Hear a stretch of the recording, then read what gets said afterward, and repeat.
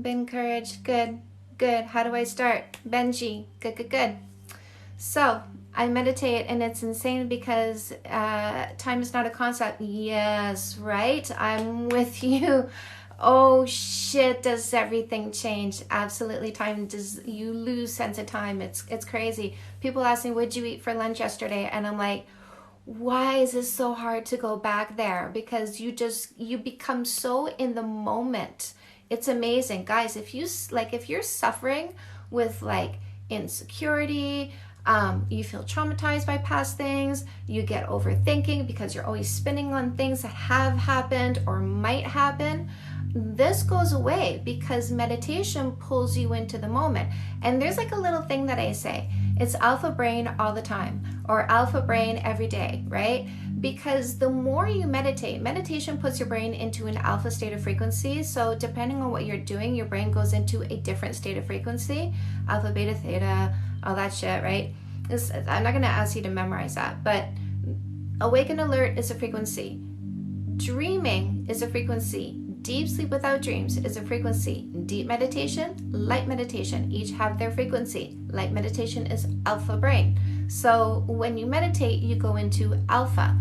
And the alpha lingers with you afterwards. And the more you meditate, the more you stay in alpha brain, which is really cool. And time just kind of becomes strange in a way, and you really just stay in the moment, which means your imagination doesn't run off on you and create disastrous scenarios that worry you. Your imagination doesn't run off on you and start reciting memories that bother you. You just really stay in the moment. Guided, self-guided, whatever you want. Here's how you're going to get started with meditation. My motto is I make it easy. Remember this. Go to my YouTube channel. There's a link in my bio, or you can go to YouTube, type in this name right here, Canada's Dating Coach. So I started with guided. You may want to start with guided. If you find your mind goes off too much, guided tends to really give you something to focus on when you start. I don't do guided anymore. I just do binaural beats. I will explain more about this in a moment. So go to my YouTube channel. All meditation, doesn't matter what meditation it is, does not matter. Let's just not label different forms of meditation. Let's just call them all, because prayer is meditation. You can meditate while walking, you can meditate while doing yoga. Let's just call it meditation. Meditation is being in the present moment, using your mind to manifest. So yeah, girl. So go to my YouTube channel. Go to my Let's Meditate playlist. I have a ton of tracks on there. Play around, find stuff that you like. Listen to something for 10 seconds. If you don't like it, go listen to something else. YouTube is going to start throwing suggestions at you. Oh, you seem to like this. Why don't you give this a listen? Give them a try. Get pulled into something, whatever you want. Allow yourself to be guided wherever it brings you. Just try stuff out, and if it feels good, stay with it until you feel like trying something else, and then you go with that. If you don't know where to start with a 10-minute love signal. That's track number 2. By the way, my favorites now at this point in my life are the Rich Pendlebury tracks. Those are the ones at the beginning of the playlist. This is an incredible story. This was my boyfriend when I was 10 years old. This was my first kiss when I was 10 years old. By the way, that kiss, like that. So the universe brought him back around when I was starting this business, and I was like, I teach people how to meditate as part of my business. He's like, that's interesting. I'm a musician. I make meditation music. I'm like, what? I didn't even ask him. He said, do you want me to make music for you? And I was actually resistant to the idea at first, but he's like, no, here you go. So, 4 years later, we got all these tracks for you, and they're so good. And like, they really are my favorite, because I was meditating for a while before listening to Rich Pendlebury stuff, and I was initially resistant to it, but I did finally just go, okay, fuck it, right? And get into it and listen to it, and it's better than anything I've ever listened to. No joke. But find your comfort zone. Now, I want you to eliminate a fallacy from your mind that you need to not think for 10 minutes straight, okay? That's crazy. I'm not going to ask you to do that. I mean, especially if you have a female brain. We have busy brains. They are multitasking brains. They are go, go, go, chatter, chatter, chatter all the time. Making a list. What do I have to do? Who am I going to talk to? Where am I going to go? Right? All this stuff. So I'm not going to say don't think anything for 10 minutes. That notion that you've been told that is what makes you uncomfortable about continuing meditation. Because you sit down to meditate and then you go, well, I can't do it because I can't not think for 10 minutes. Let's settle this discussion right now. Instead of not thinking for 10 minutes, I'm going to give you 4 things to do with your mind during those 10 minutes. Or the 20 minutes or the 30 minutes that you sit with this music. 4 things, okay? Do you guys have pen and paper? Say yes, I do. Say yes, I do. Because y'all are going to take some notes. We're going to educate you. By the way, all you people who are nervous about tomorrow, do some meditation tonight. Ooh. Anybody who likes the song, this is a Rich Pendlebury track. This is the chakra balancing. Every time you get a thought, acknowledge it, let it go. Yes, yes I do. Yes I do, girl. Yes, I love you guys. Okay. I like to start with I surrender. Now, I want you to know before I get into these 4, you use these 4 at will, okay? That means whichever ones you want to use at, whatever intervals for however long before switching to one of the next 4. So I'm not going to do this in any order, but I will tell you which one I like to start with. I like to start with I surrender. Words are powerful. Words are frequency. When you think about a friend and then a minute later get a text message from them, it's because they were thinking about you while typing in that text message and you picked up the frequency of their thoughts. Words have frequency. Frequency affects things. So thinking the words I surrender affects your state of relaxation. It lets your body relax. It lets your mind relax. So I like to start with I surrender. So the way that I do I surrender is I inhale, and on the inhale, my mind is quiet because my consciousness, my thoughts, my brain is focused in on my body on the inhale. It's easy to eliminate thought from your mind on an inhale because your mind is occupied inhaling, right? So on the inhale, quiet mind, have your focus be on your body. On the exhale, I want you to think or say, doesn't matter if you say it out loud or not, think or say the words, I surrender. Loving this. Yes, getting meditation advice. Listen, meditation advice is relationship advice. All of my self-help books on dating and relationships start with meditation because it creates a perfect brain for a relationship, because it eliminates the unnecessary vomits, which reduces conflict, gives you clarity. So, on the inhale, quiet mind. On the exhale, I surrender. On the inhale, quiet mind. On the exhale, I surrender. I am married. We've been together for 15 years. So, you do this until you feel you want to move on to the next phase. Here's another one. Thank you for. Thank you for is gratitude. Thank you for my mind. Thank you for my ideas. Thank you for my life. Guys, when I started meditating, I'm going to cry right now because, I wanted to kill myself. I was, some of you guys, you've been following me long enough. This is going to be old news to you, but I was alcoholic. I was a cocaine addict. I had suicidal ideology.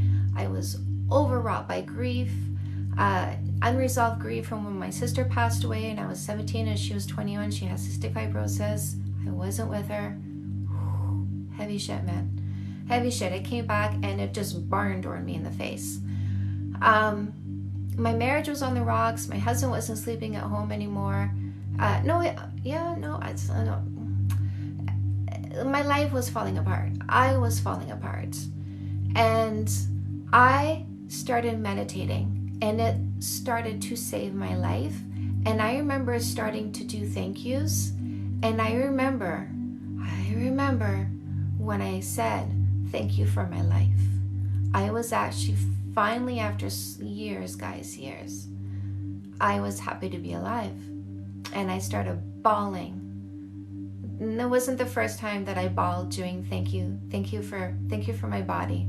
Thank you for being alive, right? Thank you for my life.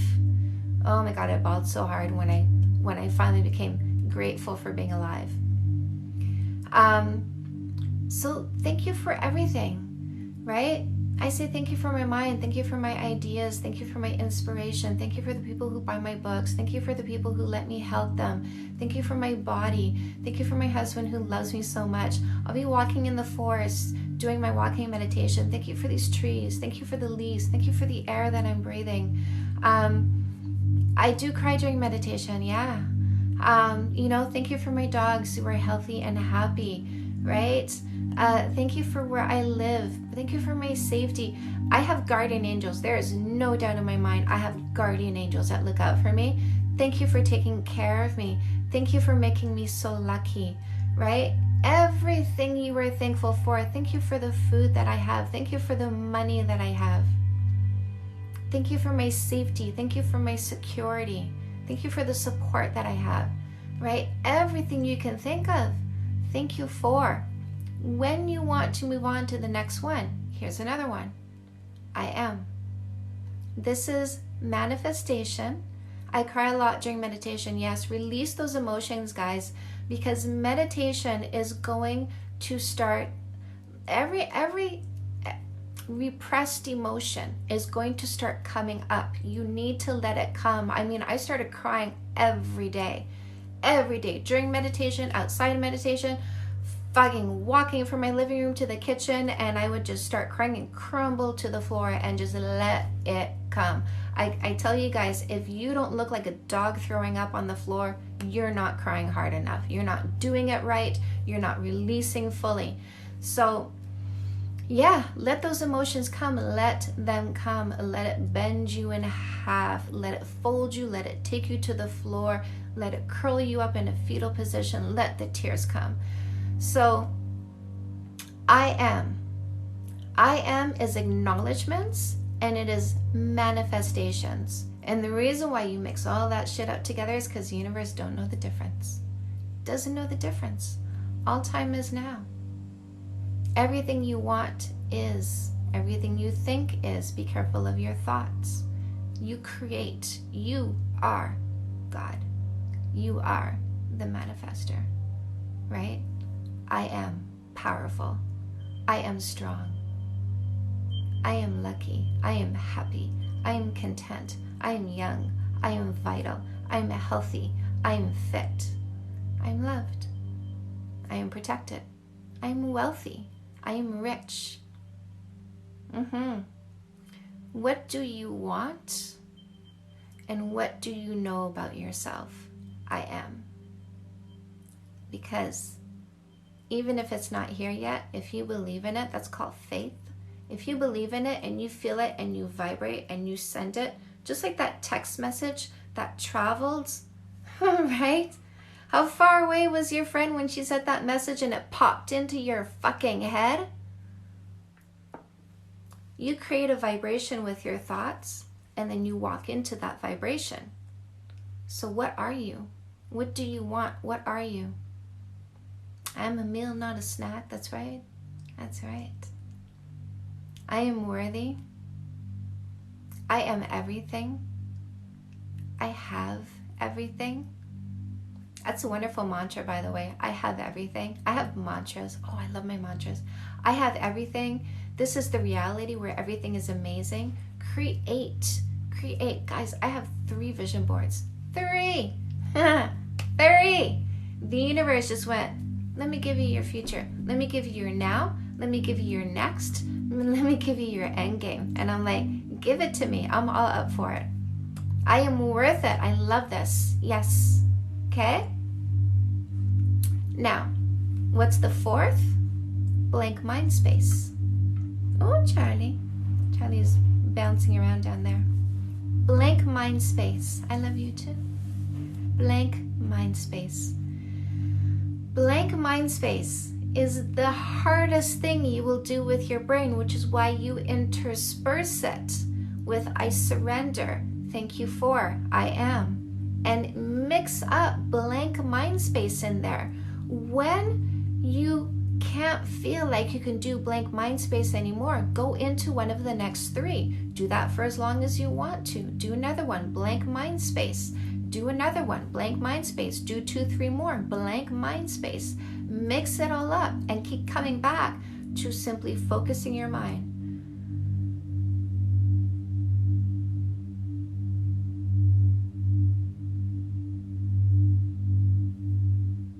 And feeling yourself and being in your energy, in your vibration, and just open yourself up. Fine tune your antenna, you guys. Fine tune your antenna. What if everybody tonight meditated on this message right here, on just everything being peaceful, everything being good, everything being fair, everything being clean, right? We can do this as a species. We absolutely can. They keep saying we are only using 20% of our brain. Blank mind space means you listen to the music, you let it fill your mind, you let it fill your mind. You let the music fill your mind. You relax your brain. Yes, love track. You relax your brain. Just relax your brain. Let your brain relax. And any words, any TikTok songs, any grocery lists, any to-do lists, you push it out. Not now. Blank mind space. Just nothing in there but the music you are listening to. Nothing in there but your mind itself. Nothing in there but your mind itself. You're gonna have some cool shit happening, you guys. If you do this, your minimum, your daily minimum is minimum 10 minutes a day. If you do this for minimum 10 minutes a day on average, if you skip a day or two, you make up the time. If you keep up with this and you add it to your 3 near daily must-dos, eat, sleep, poop, and meditate, you add it in there, you will change your life. You will change your life. It doesn't matter what meditation was for you in the past. You do it this way now. It doesn't matter how it was in the past. It doesn't matter. You know what? You didn't know me in the past. You didn't have this direction in the past. You didn't have somebody telling you it's okay to think. By the way, it's okay to save. Look at this, Sabrina, it saved my life. Yes, it's okay to think. It doesn't matter how much you think. What matters, yes, what matters is how many times you bring your focus back. Every time you bring your focus back to the here and now, you shrink your amygdala. The reason why you want to keep up with this day after day after day, the reason why you want to make sure you get your minutes in is because you want to add change on top of change, on top of change, on top of change, on top of change, on top of change. If you skip too many days, it grows back again. So keep adding change on top of change, on top of change, on top of change. I don't care how much you think. You sit and you give it the time. That is what counts. You pull your focus back every time you realize you're off in thought. A fraction of a second creates a change that is measurable. So you give it the time, you pull your focus back. I don't care if you felt your focus was with you for 5 seconds during 10 minutes. That is 5 incremental changes. You do it again the next day because I'm telling you, you'll be in the here and now for 7 seconds. You do it the next day, you'll be in the here and now for 10 seconds. Give it the time. If I put a violin in your hands today, are you gonna be good? Not if you never played it before. If you pick it up for 10 minutes every day, will you get better? Yes, you will. So you give it the time. When is the best time to meditate? You find your sweet spot. You find your sweet spot. You figure it out. When is the best time for you? Do you prefer first thing in the morning? Do you prefer after your morning coffee? Do you prefer after lunch? Do you prefer before bed? By the way, don't lay down. Don't fall asleep. Stay sitting up. Stay sitting up. I did your meditation today for the first time, twice at the start of my work day and on my lunch. Did you feel anything, Ali? Did it do anything for you? I really like meditating before bed. I feel like it puts you in such a peaceful state. Yeah. Do you find you're sleeping better? Amygdala definition. Amygdala is your fight or flight. It is the part of your brain that when we were cavemen and cavewomen told us in a fraction of a second, should I run or can I fight this off? We just don't need it to be so active anymore. How do you go on meditation walks? Yeah, I'm feeling this amazing new energy. It's pretty nice. I did take a nap though before kicking into it. Look at this. Ali says, I felt at peace for my sessions. I'm a behavioral therapist. I love it. Ali, welcome. I love it, love it, love it. Yeah, it really does. It really does put you in the right place. What was the question I was about to? Oh, meditation walks. So the way that I meditate on my walks is, so I'll be walking and I'll do those 4 modes. So that's meditation on my walks, but I will also do active manifestation on my walks. Hi, just came across your profile. Love your content. Thank you. How does meditation change your size? Oh man. Let me talk about manifestation first, and then I'm going to talk about how meditation changes the size. And really, it doesn't matter the how. What matters is that it does, right? Harvard did the study. They had people do brain scans, go home, meditate for 8 weeks, come back, do another brain scan, and it shrank it in size. And my theory, I'm gonna tell you my theory about why, but I'm gonna talk about manifestation first.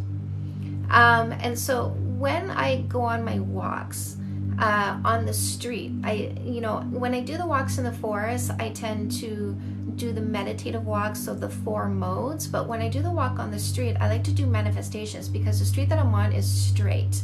And so I will actually put things in my path and then walk into them. So I will create something in my imagination. I will create a scene. I'll create a scenario. I used to create me walking out onto a stage with the great big stage lights and a stadium full of people. And I would see that ahead of me, and then I would walk into the scene and I would feel the energy of the scene wash into me.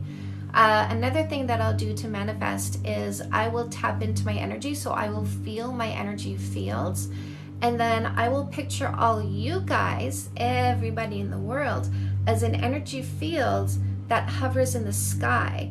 And then I will tap my energy into everybody else's energy field, and I'll feel the connection take place between my energy and everyone else's, and I'll communicate. I'll say, come find me, I'm here for you. And then my social media numbers will jump. I'm an introvert, so what tends to happen is I'll do that, and then I'll get a bunch of people and I'll kind of cocoon a little bit because I'm like, whoo, that's a lot. So I will literally slow it down, so then the people slow down, and then I kind of adjust to my new place, and then I'll be like, I want some more, so then I'll do that all over again and just repeat the process. So why does meditation shrink your amygdala? Listen, I'm a social scientist, sociology, anthropology, biology, psychology, right? So let's get into some anthropology here. Let's get into the evolutionary purpose of the amygdala. We used to be eaten. We were lunch. There was flesh-eating kangaroos that were mowing us down. There was birds, right? Anthropologists recently found, human bones that had been obviously digested in a bird's nest. So we needed to be on guard and alert. And it was our amygdala that kept us alive because, like I said, it told us in a fraction of a second, do I need to run because I'm going to die if I stay here? Or can I fight this off?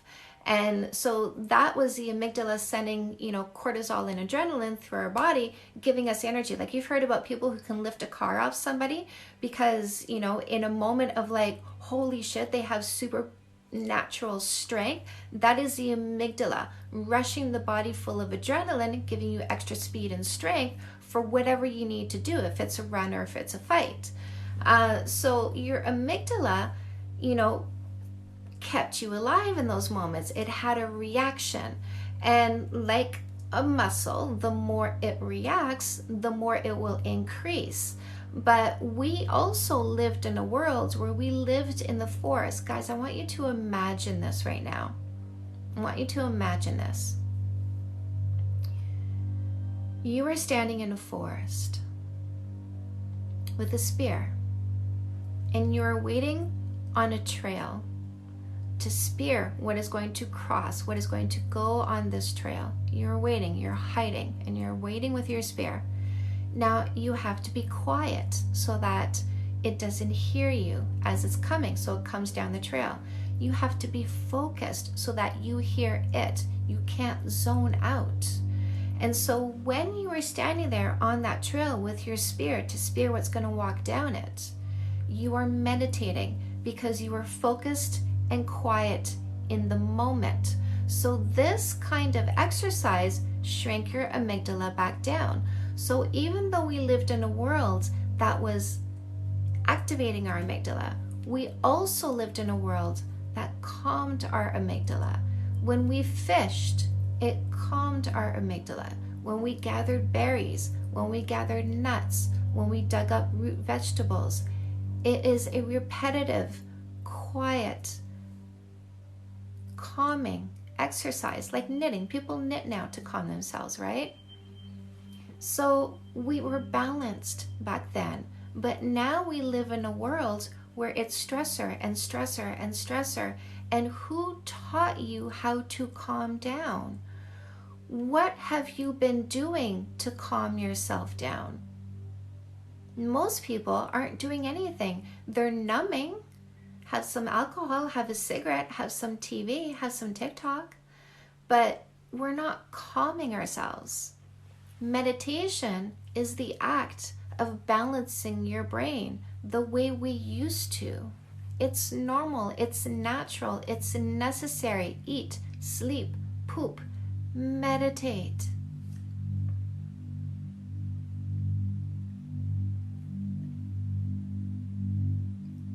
Can meditation help when I start to feel an anxiety attack coming on? Yes, my love. Yes, yes, yes. And not like, so meditation is a pill, right? I've had something stressful happen, I will meditate. I feel an anxiety attack coming, I will meditate. But don't just use it as a pill. Don't just use it as a pill. Use it as a practice. I meditate every day, and when something outside of the norm happens, I meditate a little bit more, right? So again, eat, sleep, poop, and meditate, but, make sure that you are adding meditation music when, some more meditation minutes when you're going to be doing something. Like if there's a job interview coming up, add some meditation music. Minutes. Why do I keep saying music? If you're going to go do some public speaking, add some meditation minutes, right? Use it as a pill. I had a fight with my boyfriend. Add some meditation minutes. Addicted to the dopamine. Will 5-HTP decrease my anxiety? It does for me. I'll tell you, it really does for me. When's the best time to take it? Can I drive? Yes, 5-HTP will not interfere with driving. I tend to take when I feel a little bit more anxious, I like to increase my dose. So usually the bottle that you get, I'm gonna hold on.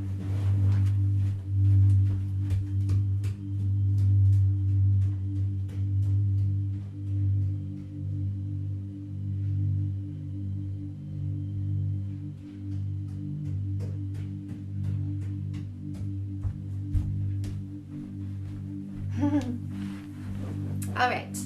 So I have 100 milligram. You can get 50 milligram. I get 100 milligram.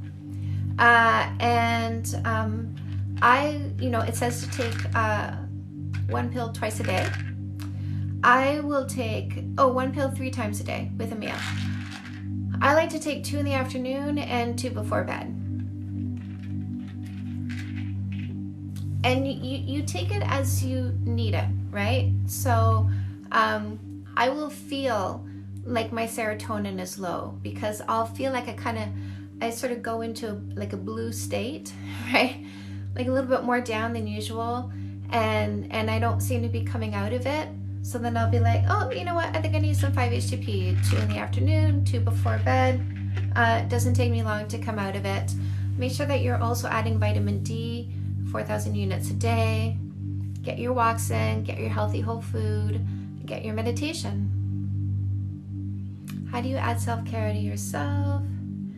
When you regularly care for others and give more to them, you switch it around, my love. You switch it around. When you find you're about to do something for someone else, you go, wait a second, what do I need? And then take care of yourself. What is what? The 5-HTP? Thank you. I'll be buying it soon. Yes. Go to the pharmacy, get your 5-HTP, get your vitamin D. How's the music, guys? Do you want it louder?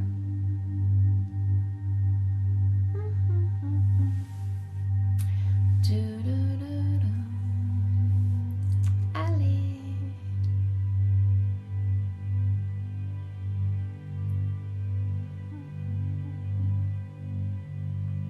I feel like I just did so much talking.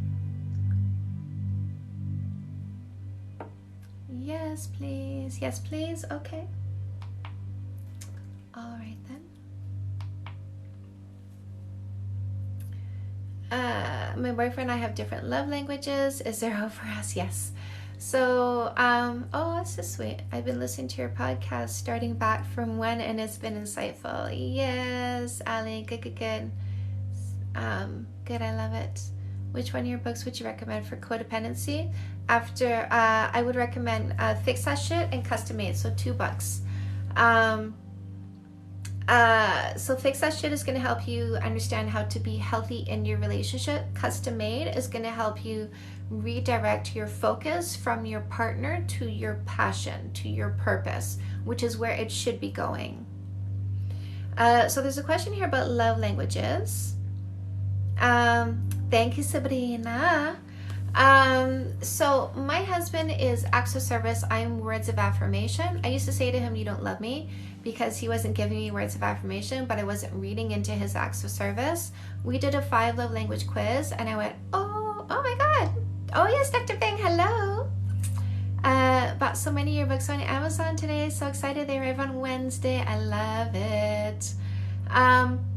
So once we did a love language quiz, I stopped asking for words of affirmation because it's not who he is. And I started translating his acts of service and going, oh, what has he done for me lately?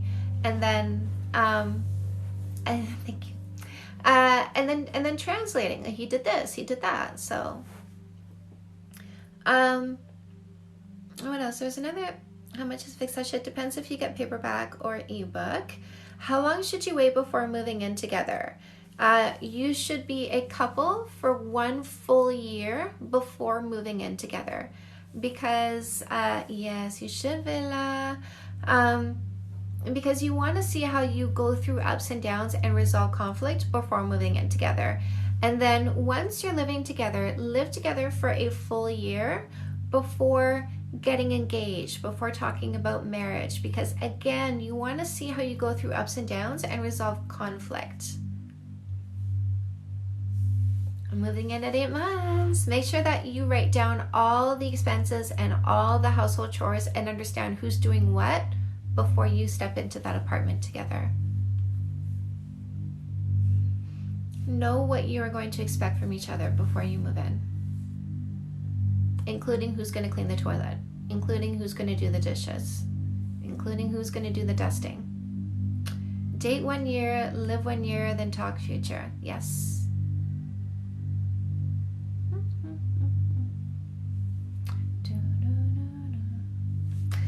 So I'm going to the hairdresser on Wednesday, you guys. I want to get my hair. I want to do this. I want to get it cut short. It's like, it's a little bit over my shoulders now, but I want to go short again. I want a bob. I want a really cute little bob. I want to be sassy pants. I love it when it's a bob. I feel so sassy. I constantly need reassurance, and I think it's starting to annoy my boyfriend. What should I do? I want you to do a cheat sheet. I want you to take a piece of paper and write down everything he says and does to prove to you that he loves you and is devoted to you. And when you need reassurance, I want you to go to your cheat sheet instead of going to your boyfriend, because he's getting annoyed because he's already said it all, but you keep forgetting. So write it down so that when you forget it, you can go back and read it. And when he says something new, add that to your cheat sheet. Do we have pics of the hairstyle you want? I got a TikTok. So good with short bob. I know. This really sweet girl asked me. I'm gonna show you. Dun, dun, dun. This girl here. Hold on. What should we do if he's How to dress for front row at the Dior fashion show. Dior, if you're watching this, I'll be waiting for my invitation. Start off with a neutral turtleneck, then pair a full skirt or dramatic dress underneath. That's what I want.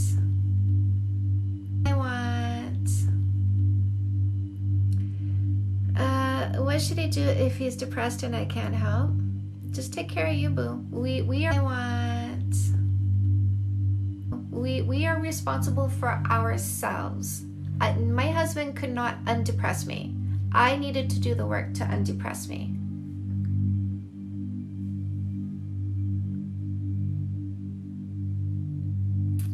How do you make your partner more attracted towards you? Confidence is the sexiest trait you will ever have. Yes, I know, it's so cute. We've actually never gotten into an argument. That's awesome. We haven't experienced an argument within 7 months. Moving in scares me a bit. Fix that shit, my love. There's no such thing as too much knowledge.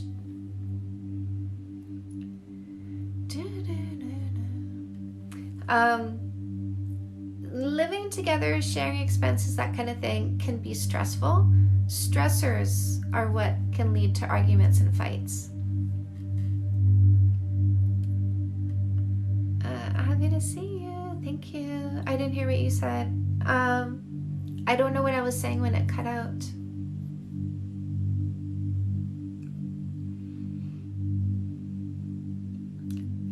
Your partner has fears of attachment and closeness. No, I don't do yoga, but I should. Every day I'm like, I should do yoga, and then I don't.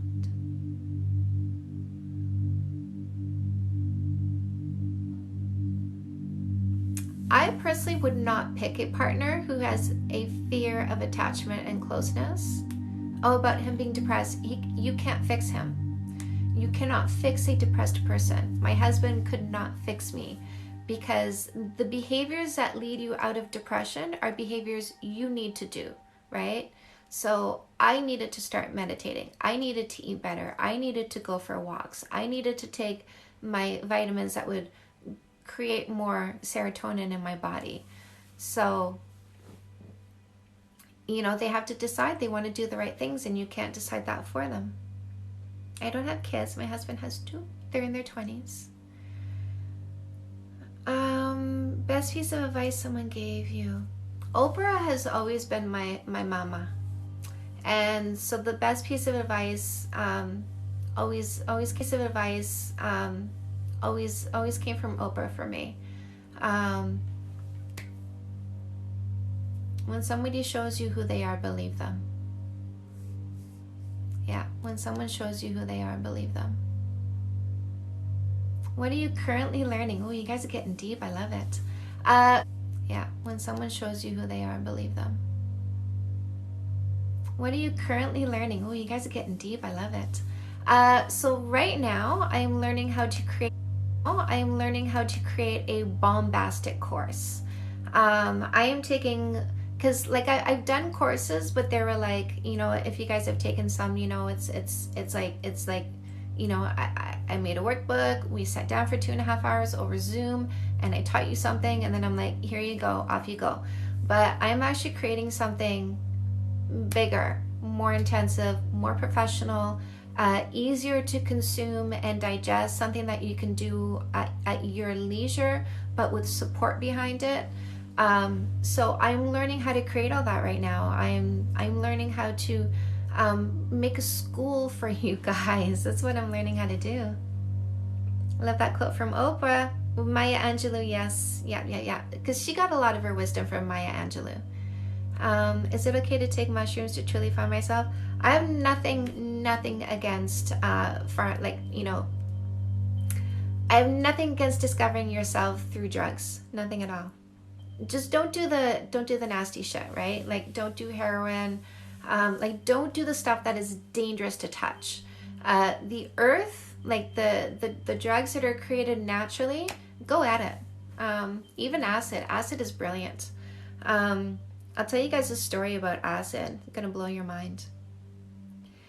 So the guy who acid was created in the 60s or something. I don't know.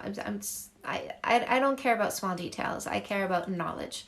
So this guy created this chemist, right, working in his little, his chemistry lab in his fucking backyard. He's working away, and he was playing, and he created something by accident. What he didn't know is a little bit of it got on his skin, and then he goes out and it's like, whoa, like the world just really changed. And he was like, what is going on? He goes back to his lab, and he realizes it's that liquid that he made. He puts a little bit on his skin again, has the same experience, and he's like, whoa, this is like really interesting. So fast forward to acid is being used by researchers to see what it does. Because what they were finding is that they would do acid and it would open their minds. So they actually did experiments with acid. So researchers would come and they would bring a question with them that for the past 6 weeks they had not found an answer to. And they would come to this room, and it had like comfy chairs, there was music, right? Things, individual things that you could put music into with headphones, so people could listen to whatever music they wanted to while sitting in a comfy chair. And there was like desk areas, so if they wanted to relax they could, if they wanted to work they could. And they would all get together there at the same time, like 6-8 researchers, and they would take acid, and they would spend hours in this room, and they would find the answers to the questions that they had not been able to answer for the past 6 weeks. So they're mushrooms, they're using what they call microdoses to help people with depression, other mental disorders. They used to use MDMA in psychotherapy for couples counseling, because MDMA releases, it floods, serotonin is created in your body. MDMA would release your serotonin in a higher dose, putting you in a state where you felt more compassion. And so couples who had difficulty getting past things together, they were fighting too much, they would go for couples therapy. They would give each of them a little dose of MDMA, and then they could talk about the issues without getting angry with each other. People who had experienced extreme traumatic incidents, who could not talk about it without reliving it emotionally, would go to psychotherapy, where they would give them a small dose of MDMA, and there they could process what happened to them without emotionally reliving them. So I really do. And by the way, smoking pot, they found that it changed 2 parts of your brain. It increases compassion, right, and increases your sense of calm. It's my stepson used to have some pretty harsh testosterone rages, and holes in walls kind of thing, and he started smoking pot. That very much subsided. how did you become sober? I started meditating, and my desire to numb with substances died down. So meditation took away my desire to drink. I had a near-death, I OD'd on cocaine one night, and I knew I was ODing, and I said to myself, I don't want to call an ambulance because I don't want to have to explain it. So I'm gonna roll the dice here, and if I OD and die on the floor, then so be it. But I'd rather do that than call an ambulance and try to explain that. So that's when I flushed half a gram cocaine down the toilet and never bought another one again. So that was that. So yeah, alcohol and cocaine. I still did pot, and I still occasionally do pot. Like I used to do it every day up till about 10 days ago, and in the past 10 days I've done it twice. It's okay. It's okay. It's okay, guys. I went through this so I could teach you. I went through this so I could talk about it with understanding and empathy. And I know this. I know this because when I had suicidal ideology, I had the when, I had the where, not the when, I had the how, I had the where, but I didn't have the when. And that's the last key, is the when. In there, I had moments where I was starting to think of the when, and when I would start to think about that, the voice in my head, I call it like the capital T voice, capital V, it would say, you are going to be okay. I could hear it loud. It's like somebody was standing beside me talking, like, but it was inside my head, and it would say, you're going to be okay, and when you were through this, you will teach it. And it said it more than once, and it said the same thing, and it said it more than once, and I believed it, because I do believe it. I do believe it. It's my guide. Self-pleasure is not bad. I love how open you are to complete strangers. I really do, guys. I know you're here for a purpose. I know there's a reason why we are together here now. I know that, and I know I've been through that, so I can speak to you and go, yep, I know this path, right? I know this path. Is acid or LSD bad to find myself, or are mushrooms good? I don't think there's anything bad with acid. I don't think there's anything bad with mushrooms. I do the grass, man. I like, you know, bud, dried, crumbled, smoke, bong, right? It takes one thing to change you, yeah, and I've had a few things happen to change me. I've had a few things happen to change me. Is there a reason why you stopped smoking every day? So two, one, I told myself that I needed to stop smoking so that I could do the 2 audiobooks that I want to do this month. So I did have it at the back of my head. Like I kept saying to myself, I kept saying to you guys, because you guys are asking me all the time, do you have audiobooks? And I set a date. I said November. So, and I like to make goals and stick to them. So I've been telling you guys for the past 5 months, I'm going to make you 2 audiobooks in November, Fix That Shit and No More Assholes. And I also knew that smoking was having an effect on my lungs. I could feel it, and because the way I smoke. And so I knew that leading up to doing the audiobooks, I would probably need to stop smoking so that I could effectively do it. Plus, I really want to do lives a lot. I love talking to you, and I could feel that, you know, it wore down my vocal cords. So I knew I would have to in order to be more effective for you. So that was in my mind. But I'm hedonistic, right? Like I don't force myself to do something, and I don't force myself to stop something. There was just one day, 10 days ago, where I just got through the whole day without smoking, and I was just like, oh, interesting. And then the next day again, right? And that's what it's been like for the past 10 days, is I just go through the day without smoking, and I'm happy to, because it just feels natural and normal for me. So that's the 2 reasons. One, because I want to be more effective for you, and I knew I should, and the other was just because I just didn't feel like it so much anymore. I had stopped smoking for a while before, and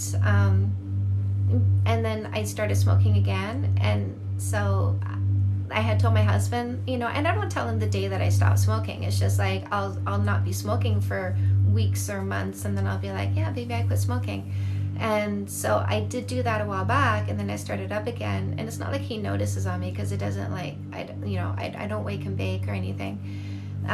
Smoking for me is like, I've done my work and now I'm gonna smoke and unwind.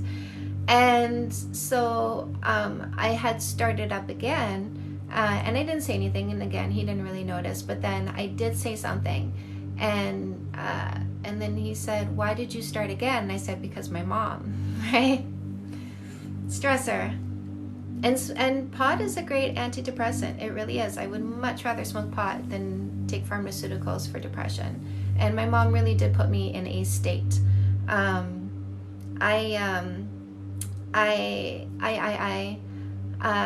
had to cut my mom off after 3 interactions where, the last 3 interactions with her, I had diarrhea and I lost a ton of hair. And so that's when I said to myself, okay, you got to go. Like, I just can't do this anymore, because you were literally poisoning my body. I love you, Redhead Stoner, right?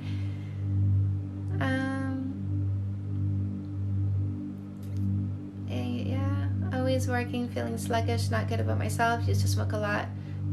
The way you eat really has a big effect on you, though. If you're eating junk food, that's why. If you're eating whole foods, you're going to notice a difference. Smoking makes me anxious. Some people it does, by the way. Some people it does. And, you can try different strands. Keep in mind that there are, there's sativa and there's indica, right? So there's the kind that really, there's the pain reliever, and there's the up and atom, right? So if you're smoking to kind of slow down, but you're actually smoking the up and atom, then you're fighting what it's actually trying to do for you, which is give you an up and atom.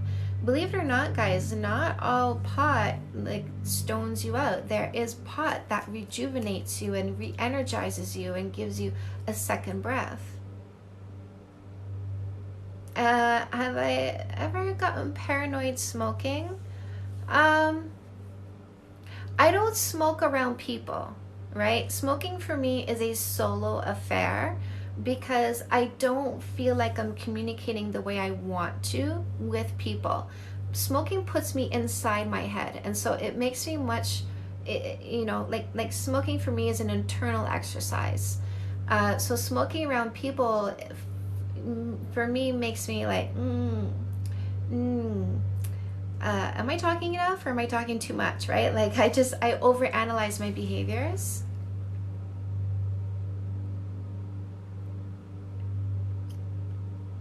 High Live. I've thought about that. Mushrooms are better than acid. Smoking is the best. Yes. Demeanor is very soothing. Thank you. Thank you. What would you suggest for that effect? Which effect? Which effect? It's not for everybody. There's CBD, yep. CBD won't give psychoactive effects, exactly.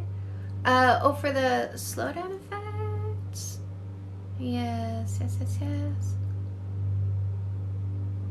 Yeah, eat better, my love. And you, listen, if I eat shit and smoke pot, it just shuts me right down. I lay down on the couch and I fall asleep, right? If I eat really healthy foods, I actually can't smoke enough to make myself stupid. If my diet is like clean and I smoke up, my brain is like awake and alert and on fire and going. And it doesn't shut down. In fact, I get more ideas and more inspiration. But if I eat junk food and I smoke up, it just shuts me right down. So diet has a major effect on your brain function, and so does pot. So if your body is clean, your diet is clean, and you smoke pot, your brain functions very differently than if you ate junk and smoked.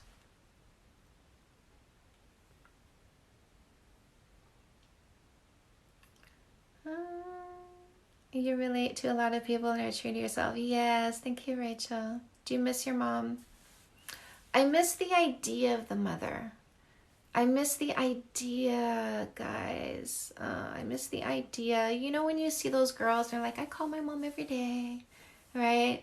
I call my mom for everything. And they have these like loving, supportive, fun moms. I miss the idea of a mother. I never had that.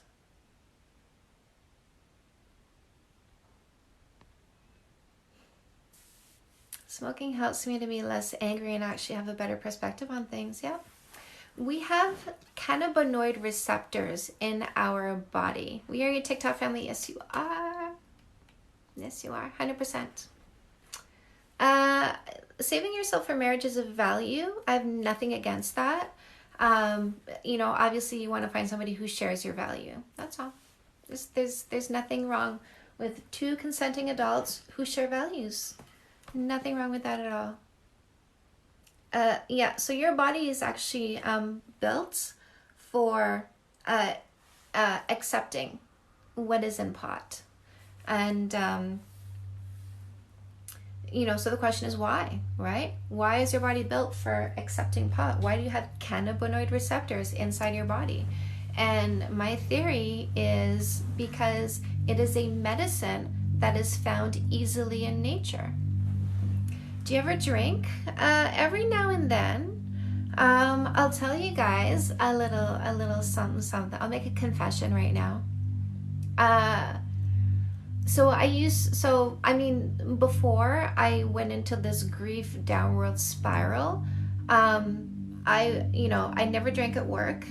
And I never drank to numb, right? Even like if I went through something, I even made a point to not smoke pot to make sure that I got through it sober. But when I went into a grief spiral, that's when I started drinking and filling that glass of wine to the brim and chugging it on an empty stomach first thing in the morning. Full effect, guys, you know, might as well. Fuck. So I overcame that. I started meditating. I came out of the grief spiral. I cried for, I don't even know how long, like how many days in a row, but it was like, I did it for so many days in a row that when I stopped crying, like the first day that I didn't cry was like a novelty, like, oh wow, I didn't cry today. But every now and then I get a spike in success. And it's like, you know, I do have a part of me that says I'm not worthy, right? And I have a clear idea of where it's from because when my mom realized how good my husband is, how amazing this man is, she said, you don't deserve him. So go figure. So when I get a spike in success, I get anxious and I'll have a drink. I'll have a drink to deal with it, to cope with it. A drink. So it's good. It's good. So the coping mechanism has greatly subsided, but sometimes I get a spike in success and I'm like, I want a drink. So I have a drink. And I have a drink and I'm okay with me having that drink. I do deserve him. He's so good to me. Yeah. And like I monitor, right? Like I am a social scientist. I am my first guinea pig. And so I monitor myself, right? Like I let myself do my thing.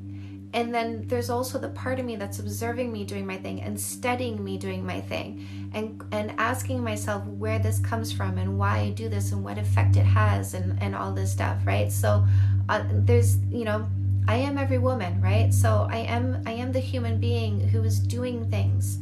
And I am also the researcher who is studying me doing things. So, like I've seen how much my drinking has subsided. I've seen what triggers my desire to want to drink, and I've seen how even those triggers have subsided. So it's good. I'm happy. I'm happy with me. Hello, Tori Lynn. Welcome. I mistreated my ex and lost him. How can I Tell them to take me back. You can't, but you can do a 3-part apology, and you can fix that shit, and you can gain tools on how to be better in a relationship.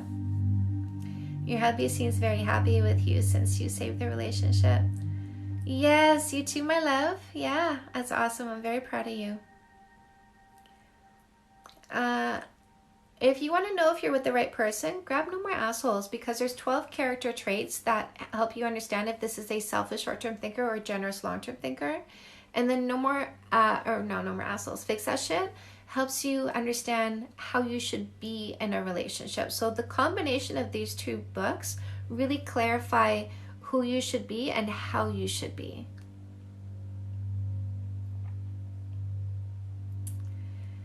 Yes, I do have the best husband in the world, and I do deserve him. Yes. He's we had a very nice afternoon yesterday. We had some personal time. And it's really cute because, you know, I always have like love-shaped eyes for like days afterwards. And I just kind of burble on him. I burble, you know, even more lovey-doveyness than usual on him. And it's really cute because it keeps kind of putting him in that spot too. And so he gets like giggly like along with me. So I love how we are. I love how we are. Can you give examples of what you guys fought about, how to get through? Yes. I got No More Assholes already in the mail. Yay! Good. So we fought about his ex. I was very insecure about his ex because, first of all, I know he's a good man. I know he's very intent on his kids' happiness. I know there isn't anything he won't do to make his kids happy and safe and secure and loved. And so my biggest fear was that he would go back to his ex to reunite the family, right? And so,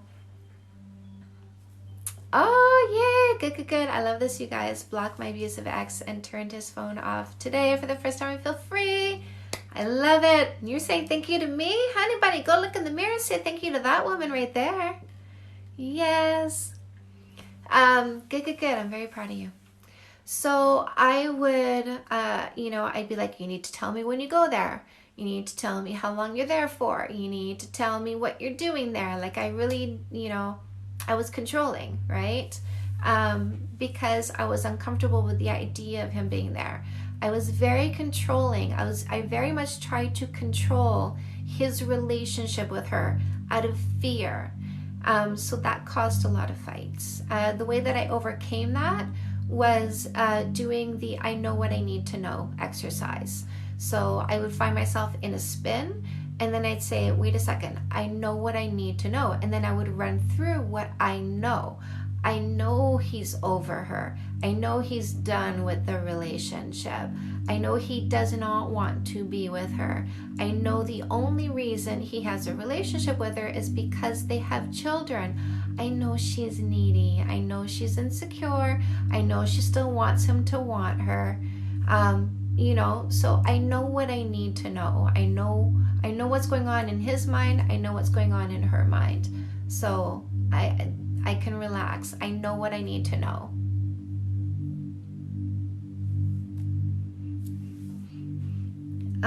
So I keep seeing there's guys, I'm not ignoring you. It's just I don't want to go off track of like the topic that I'm on.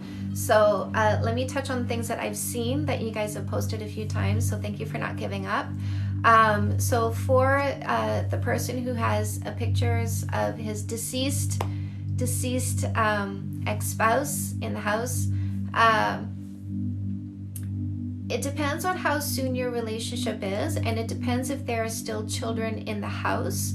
So if there are still children in the house, I do support him still having pictures, because you don't want to pull the rug out from under children and go, by the way, your mom doesn't exist anymore, here's a new lady, right? So the pictures stay if there are children in the home. If there are not children in the home and your relationship is new, you have nothing to say about the pictures at this point. If your relationship is over a year, if you've hit the year mark, to me, you have a leg to stand on to say, this is a little bit, but do the adult children still come to the home? Do the adult children still come in the home? So if it's been a year plus, if they're in the bedroom, then you can say, this is a little bit of an awkward conversation, but it's strange for me to come to your home and be in your bedroom with you and see a picture of your ex in your room. Yeah, so if the children still come to the home, you have to consider the feelings of the children, which is what dad is doing, right? Like, put yourself in his position. What is he saying in his head? If you have a conversation with him in your mind and you bring this up, what do you think he's going to say, right? Like, I often say, Kanya, come back, Queen, I love that. What would he say? What would he say? He would say, well, I don't want to make my kids feel like their mom doesn't exist to me anymore. So be supportive of that. Be supportive of how, so just in the bedroom, then you can absolutely have that conversation, because it's not like the kids are coming into the bedroom and seeing the photo. So if your relationship is a year older, say, this is an awkward conversation for me to have with you, but it feels strange for me to be in your home and in your bedroom and for there to be a picture of your ex in your bedroom. And that's all you say, and then see what he says in response. Boyfriend guilts me into having sex. Jasmine, you dump him. You dump him. You dump him. Do you know what a good man says when you say I don't feel like it? Okay. That's what a good man says. You dump him. This is sexual coercion. This is sexual abuse. Do not put up with this. No. No. I just get worried I'm making a bad choice here because I love him. I'm being blind. If you guys are sort of, because I don't look at names. I'm sorry. I just look at the questions. So if you're talking about something I've been talking about, say something about what it is that I talked about. Call her daddy. I don't know, love. I don't know, love. I get worried and making bad choice. I don't know what this is about, because stuff is just, right? I'm talking about something when your question comes up, and I don't want to interrupt what I'm saying, because there's people that are listening and watching who want to get a full idea of what it is that I want to say. Hello, Joy. My boyfriend is too perfect. I should probably leave him. Why would you say that? Why don't you just level up? So you found yourself a leveled up partner. Fantastic. Level up. The best thing that I ever did was find myself somebody who is so amazing that I had to become a better person in order to continue to have him in my life. I had to become more mature, right? Because my husband is very mature. So I observed how mature he is and how confident he is, and I went, okay, because like attracts like. And if I was immature and insecure, I would most definitely lose this man. So I looked at him and I said, maturity and confidence, way above mine. All right, I'm gonna level up. And that's why I'm with him today, because I leveled up. So baby girl, level up, keep this man. I cheated and want to fix it. What do I do? So you fix that shit, you do the 3-part apology, and you go to him and you say, I will do anything that you need me to do in order to help you heal through this. And then you do it. How long does it take to know you're dating the one? Don't kiss him for 3 months. That helps a whole lot. No kissing for 3 months, no sleepovers. Grab no more assholes. Knowledge is power. Education is key. My boyfriend apologizes for things that upset me, but I'll still be mad and want to punish him. How to fix it? So what you're describing is the bitch method.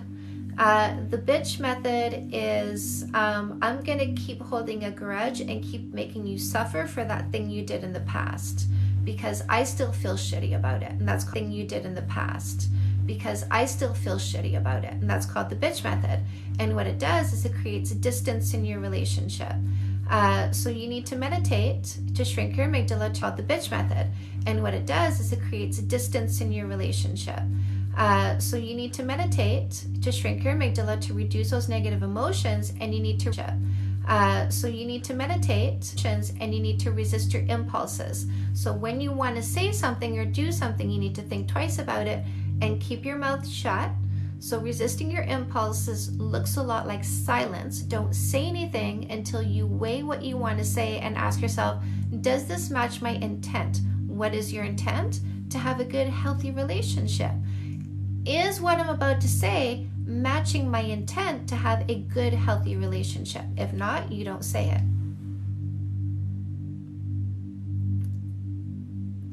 I've been talking to a guy for a month and he already is bringing up relationships and wants me to sleep over. Saying no kissing, no sleepovers for 3 months. Here's the date of our first date and here's when we'll have our first kiss. And by the way, once you have your first kiss, like, game on. But no kissing, no sleepovers for 3 months. Izzy, you need no more assholes, my love. Sash, I'm divorced and I still miss him, and how to overcome it and move on. This is exactly what Comeback Queen is. You need to read Comeback Queen, my love. If I get a part-time job, do I help pay the bills if husband is currently paying all of them? So ask him, right? What you could do is you can get your part-time job and you could pay somebody, $40 once a week, $40 every 2 weeks, 2 hours, right? $20 an hour, 2 hours, or I don't know how much you guys pay, but my Amy cost me, she's get $25 an hour now. But yeah, I have an Amy come in every week for 2 hours and she does cleaning and she things that are like bugging me, like moving the oven and cleaning beside and behind the oven, that kind of thing. So I have an Amy come once a week for 2 hours and she helps me feel like I can do all this and be sane because the house cleanliness is being looked after. So you can get yourself a part-time job, and if you find that it's a lot to maintain the house and do your part-time job, then take some of your money and find yourself an Amy and get some help with the house, and put the rest of your money in your bank account. What is the main point of the no kissing, no sleepovers for 3 months? You don't lose your mind.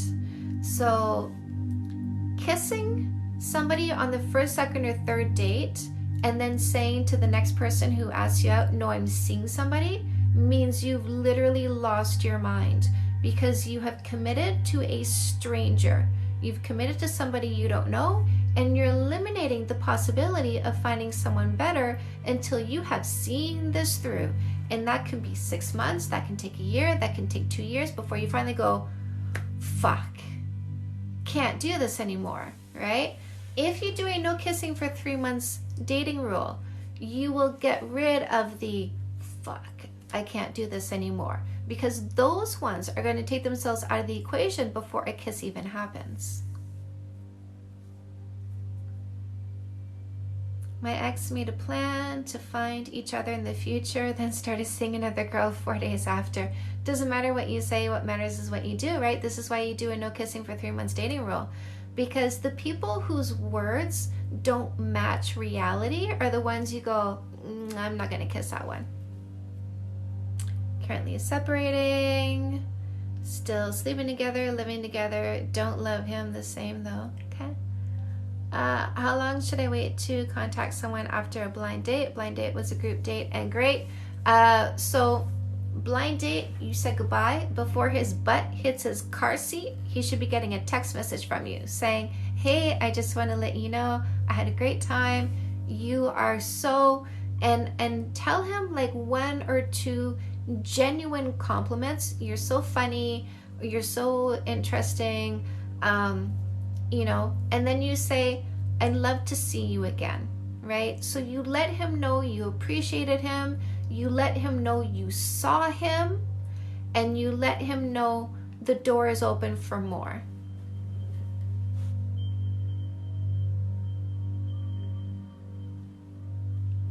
When somebody asks you on a date, you say, great, what would you like to do? If trust was broken, how can it be fixed? If I want to trust again, well, they you know, if they break your trust, then they have to meet you halfway, right? It's not all on you. I was working with a client the other day, and he cheated on her, and then he's like, you're in the past. I'm like, oh, Jesus Christ. Anyway, she's moving on. He needs to meet you halfway, right? So he needs to do whatever it is you need from him. If that's full disclosure, then it's full disclosure. And then you need to do the work to overcome your emotions so that you don't continuously vomit into the relationship and just create distance. So you do need to get fix that shit, because listen, fixing stuff is not a quickie answer, my love. It is a process. I'm going to give you part of the process, but it's not the whole process. So you need to meditate. You need to shrink your amygdala. You need to reduce your emotions of stress, fear, and anxiety, which is what keeps bubbling up because the trust was broken.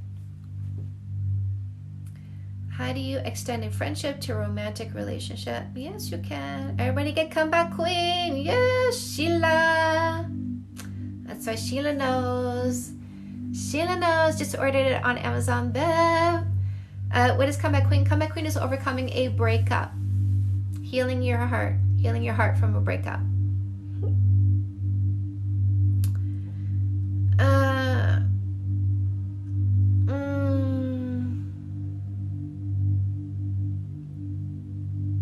Just order fix that shit and custom made. So excited. That's good. People say change takes time. Yeah. Also, probably shouldn't repeat once acknowledged. Which one? Both. Right. But here's the thing. Like, listen, this is a story I like to tell when I talk about how change takes time, because the brain is a habitual organ, right? If you do something often enough, it gets in the habit of doing it and it starts feeding you the impulse. Every thought you have is a neural pathway. Every time you think that same thought, you have a pulse travel down the same neural pathway. How did the Grand Canyon get carved? Well, say, right? Because something traveling down the same pathway carves it. So every time you do something, you are carving that neural pathway a little bit deeper, which means now your thoughts start funneling down this Grand Canyon. So I had my toothbrush in the linen cupboard beside the sink. So for a year, I kept reaching into the linen cupboard. Then I moved it beside the tap on the counter. Well, for a month, I kept opening the door to go get that toothbrush.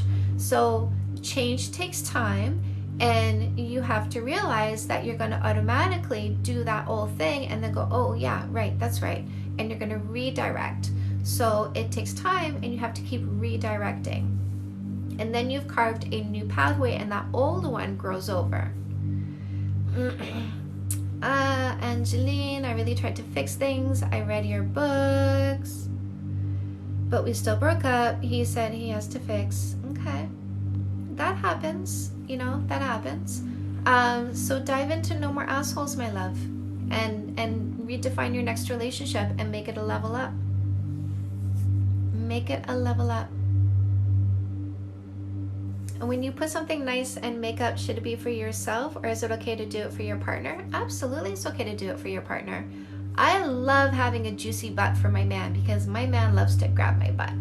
So yeah, I don't care if I have a juicy butt or not, but I love having a juicy butt for him because he likes butts.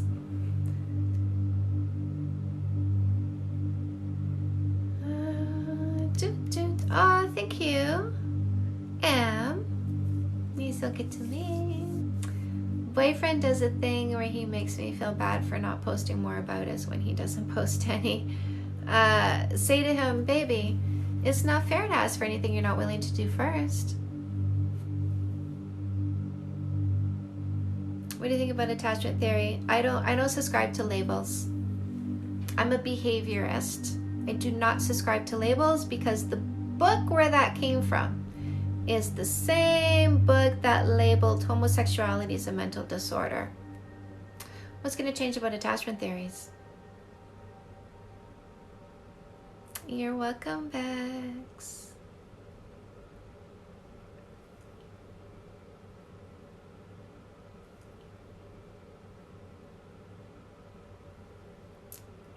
If they don't compliment you in person but they do it in text, it just means they feel weird doing it in person.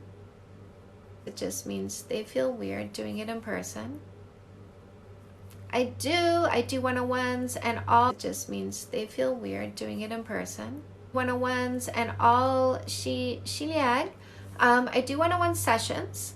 I don't do them in person. All my sessions take place over a call, so FaceTime voice or WhatsApp voice. There is a button in the link tree in my bio that you can click to book a session. It says private one-on-one, so you click on that. It takes you to a page. You pre-purchase your session. When I see your order come through, I send you an email. I let you know what my next availabilities are. You pick the time that works for you, and we have a session. We have a session.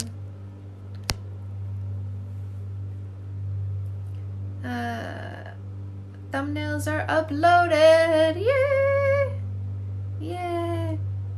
So guys, I got some new YouTube videos coming. I posted a YouTube video today. It's a live that I did the other day. And the awesome thing TikTok is now doing is it's letting me save and download my lives. So I will now be posting my lives on YouTube, which is amazeballs. Boom, boom, boom, boom. You guys want to see something? Do do do. Let me see. Let me see. Oh no. Oh no. Oh, I was gonna show you something, but I can't find it now. I don't know why my drive is so weird to get into. Oh, interesting. I was gonna show you the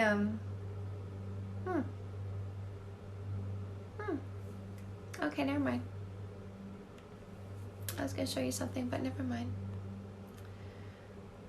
Someone with ROCD. What's ROCD again?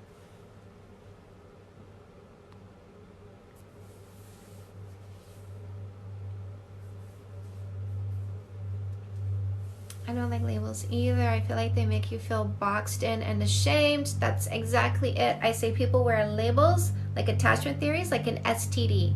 And then they're like, I have this attachment. I have this attachment deficiency. I'm wrong. There's something wrong with me. When do I disclose this? Should I tell them on the first date? Should I tell them on the third date? When should I tell them what kind of attachment style I have? Fuck that. No, no, no. You are okay. You did not have the right models.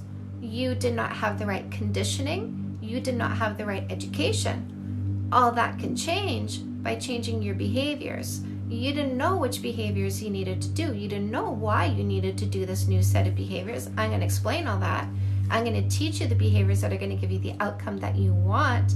I'm going to make it easy. You're going to feel yourself change. Everything around you is going to change as a result, and you're going to have what you want. It's like that. Don't wear a label like an STD, like you are wrong, like you are diseased, like there's something wrong with you.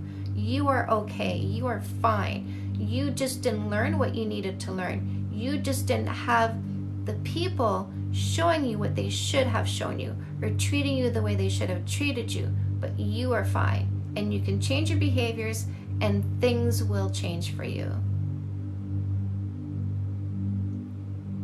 My boyfriend always takes things personally. Could that end the relationship? Not if you don't. If you attach your emotional roller coaster to his ride, then that will end the relationship, because you'll ride his ups and downs and you guys are going to fight.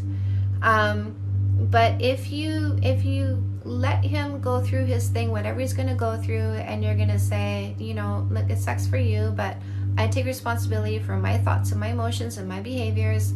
And, you know, you need to learn to take responsibility for your thoughts and your emotions and your behaviors. I will model it. I'll be the emotional leader. I will fix that shit. And I will model good functional relationship tools. And if you follow my lead, we will be fine. OCD makes him question if he loves me, fixate on my characteristics, and give intrusive thoughts. Here's the thing. You have to explain to me why you want to be in a relationship with somebody who throws a wrench in the goodness of the relationship. I want to be in a relationship with somebody who is steady. Instead of the kind of person that has all these obstacles that we need to work around. You know, like it just sounds like you need to navigate, you know, all this stuff, and I have this, and so you need to deal with this, right?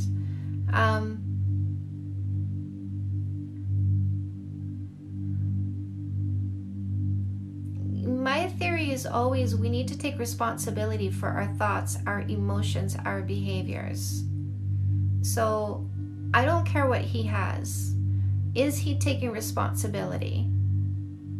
That's what I want to know. Anything I say or do, he freaks out, escalates the fight, every little thing. Yeah.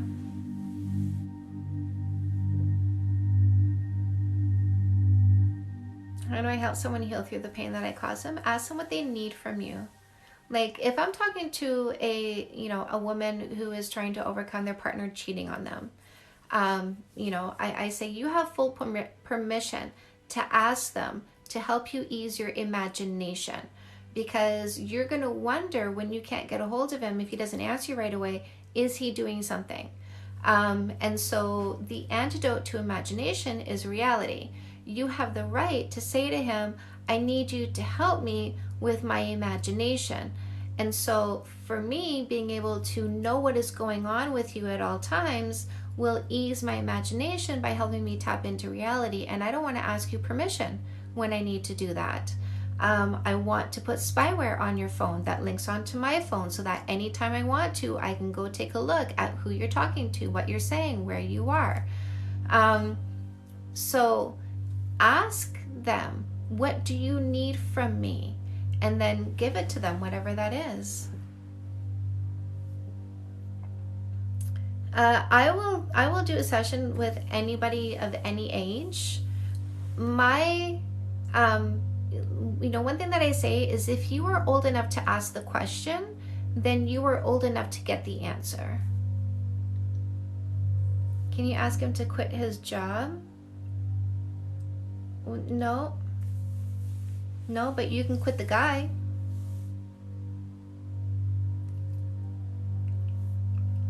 So with OCD, certainty and stability is an impossible standard. You're saying nobody has ever dealt with their OCD effectively?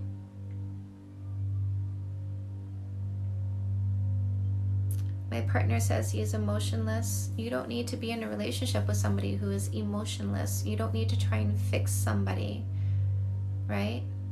You can have what you want. It's you don't have to stay in a relationship and reduce what you want to match somebody. Heal after a relationship, I would say come back queen. It is not obsessive to put spyware. If my partner cheats on me and they say, I'm so sorry, I want us to stay together, please, what can I do? Then I want to be able to look at his phone whenever I want to without asking permission. That's what I want. That's what I want. You can call it whatever you want. To me, what I am asking for is the ability to manage my imagination. That's it. Why do I have to do all the work? You cheated, and I have to do all the work, and I have to trust you just like that? Not gonna happen. But you want to stay with me? You want to fix this? I know my biggest problem is going to be my imagination. Do you want to meet me halfway as I try and deal with this problem or not? That's it. It's not obsessive. It is not obsessive. It is not unreasonable. If you want to stay with me after breaking my trust, I need a way to manage my imagination in order to stay in this relationship. That's what I need. That's what I need, because my imagination will be our relationship's worst enemy. Because if I text you and there's no answer, I'm going to start imagining things. And then my emotions are going to flare up. And what am I supposed to do during that time? Well, I'll do meditation. I will work on my feelings. But that's it? I'm the only one? I'm the only one who's going to do something to fix this? I don't think so. Such good advice, good way to look at it. Yeah. There are consequences. There are consequences to choices. You chose to cheat on me, but you want to stay with me? I mean, I was in a monogamous relationship and you stepped out. You know, I'll be happy dumping your fucking ass right now. I will be happy doing that because you hurt me in the worst possible way. Because not only am I going to think you're doing something, I will see what you did in my mind. I will see you touching that other woman. There are consequences.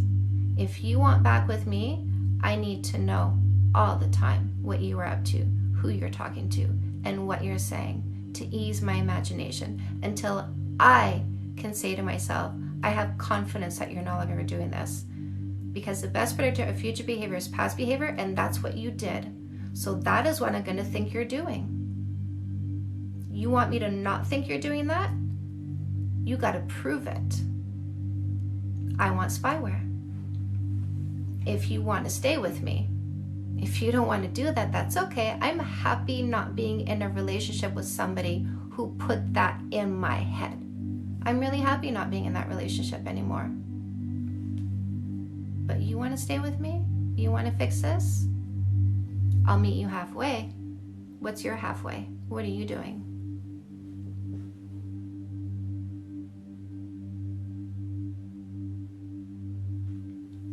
You don't need permission to break up with somebody. You do not need permission to break up with somebody.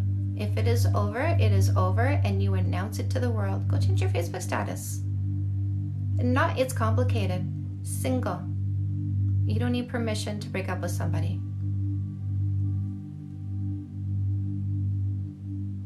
My boyfriend won't stop chatting with random women. I don't want to be with somebody who seeks the attention of other women.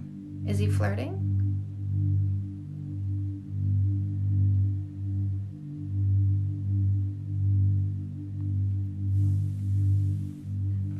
Yes. Yeah, leave a bully behind. Thank you. I'll return after I get and read Come Back Queen. Yes, yes, yes. How do I listen better? Graphics that shit, my love.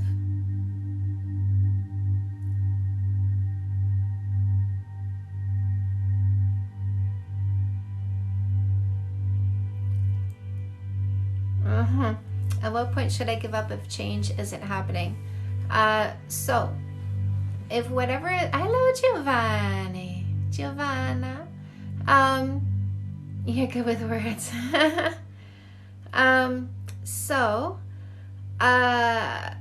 Listen, once is nothing, twice is, twice is a coincidence, 3 times is a pattern. Is it 3 times now that he says it's going to change and it hasn't changed? You have a pattern. So don't be in a relationship with somebody who has a pattern of not keeping their word, right? Somebody who has a pattern of not making their words match their behaviors. Again, consequences. Is it possible to date a narcissist and have a long-term relationship? Not all narcissists are assholes.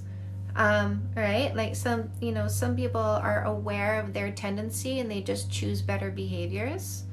But if he's a jerk, then don't be with them. Has anyone ever told you look like the mom from Life with Derek? Yes. Yeah, I get that one a lot. I just broke up with my man over the fact that he never wants to spend quality time with me. Good for you. Paril, I don't know your question, my love. Somebody, actually, I'm going to go through my books, guys, because somebody asked me earlier on if I could do a run through of my babies. When I read Fix That Shit and the chapter that helped you cry, amazing, helped quick, yay, good, good, good. Love it. Love it. Love it, love it. Okay, guys, my books, my babies. Oh, look at you guys, you're all excited. I love it. Oh, you're so cute. This is so fun. Okay. So let's start with Comeback Queen. You left the motherfucker. You got a divorce. You got to break up. You're heartbroken. It's been a year. You can't get over him. I hear you, ladies. If your heart is hurt after a breakup and it is a deep wound, you get Comeback Queen. This is the book. Look at the picture on here. We're going to put your heart back together. We're going to fix it ever so gently and lovingly. So if your heart is hurt, then get Comeback Queen to heal it. You want to heal your heart so that you don't vomit pain into your next relationship. If you have a history of toxic people, narcissists, abusers, you know what I'm talking about, fake love need not apply. This defines posers, losers, scammers, predators, and teaches you how to get out of these relationships if you realize you are in one safely. Now, it's time to go find your amazing partner, so you need no more assholes, because you don't want assholes. This is the vetting process. Vetting, keyword here, vetting. The act of vetting is like, okay, we got these 5 guys. Process of elimination. This one, words don't match. He says things, but the behaviors don't quite follow through. This one, turns out he doesn't have a work ethic. What, like 3 different jobs in 8 weeks? What's going on here? This one started being mean to me. That doesn't work out. Nope. Let me see. Oh, this one has commitment issues or doesn't want to stick around for 3 months without a kiss because I guess it's just about my body and not about who I am. And now you got one left. So vetting process. You eliminate the ones that are not going to be good for you. You end up with the one who is. Once you get into that relationship, I say finding the right partner is half the battle. The other half is keeping this relationship and making it good. So after the first kiss, because in No More Assholes, you're going to use a no kissing for 3 months dating rule. That's right. No kissing for 3 months. No sleepovers. By the way, before you freak out, no kissing doesn't mean no affection. After the first kiss is literally after the first kiss. You will likely go into an insecurity stage. Why? Because you now feel emotionally invested. An investment creates fear. Why do we have insurance on our cars? Because we got money in it and we don't want to lose it, right? We feel better driving our cars because we know if something happens, our insurance will cover us. So after the first kiss helps you understand how those no kissing for 3 months, how that rule really helped to create some insurance for your heart. But what you need to do is get through the insecurity phase with understanding. You need to understand that relationships evolve. There's a courtship phase, there's an insecurity phase. So in the insecurity phase, you will feel insecure that the relationship evolves from the courtship phase into more of a reality phase. The courtship phase is highly inefficient. There is more effort, there is more time, there is more words, there is more favors, there is flowers, there's dinners, right? There's working less to spend more time with you. By the way, we are less tired, or sorry, we sleep less, but we're not tired, right? Like our body's on a chemical high, but then we go back to normal. We go back to being efficient. He goes back to being efficient. He goes back to working overtime. He goes back to seeing his friends again, right? So you need to understand that. Does he have kids? How do you deal with his kids? How do you deal with his baby mama? How do you deal with his friends? How do you deal with his dog? How do you deal with his parents? How do you deal with him going back to work? After the first kiss, you're going to find all this out. Now, here's the thing. We're all fucked up. Our parents did a number on us, and if not our parents, then our past relationships. So more likely than not, you have baggage.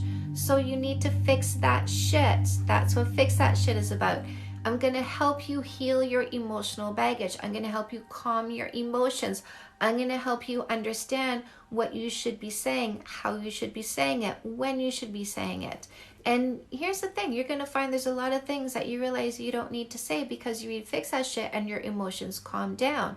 So if you're in a relationship and there's any amount of fighting, you read Fix That Shit, because my husband and I fought for 10 years.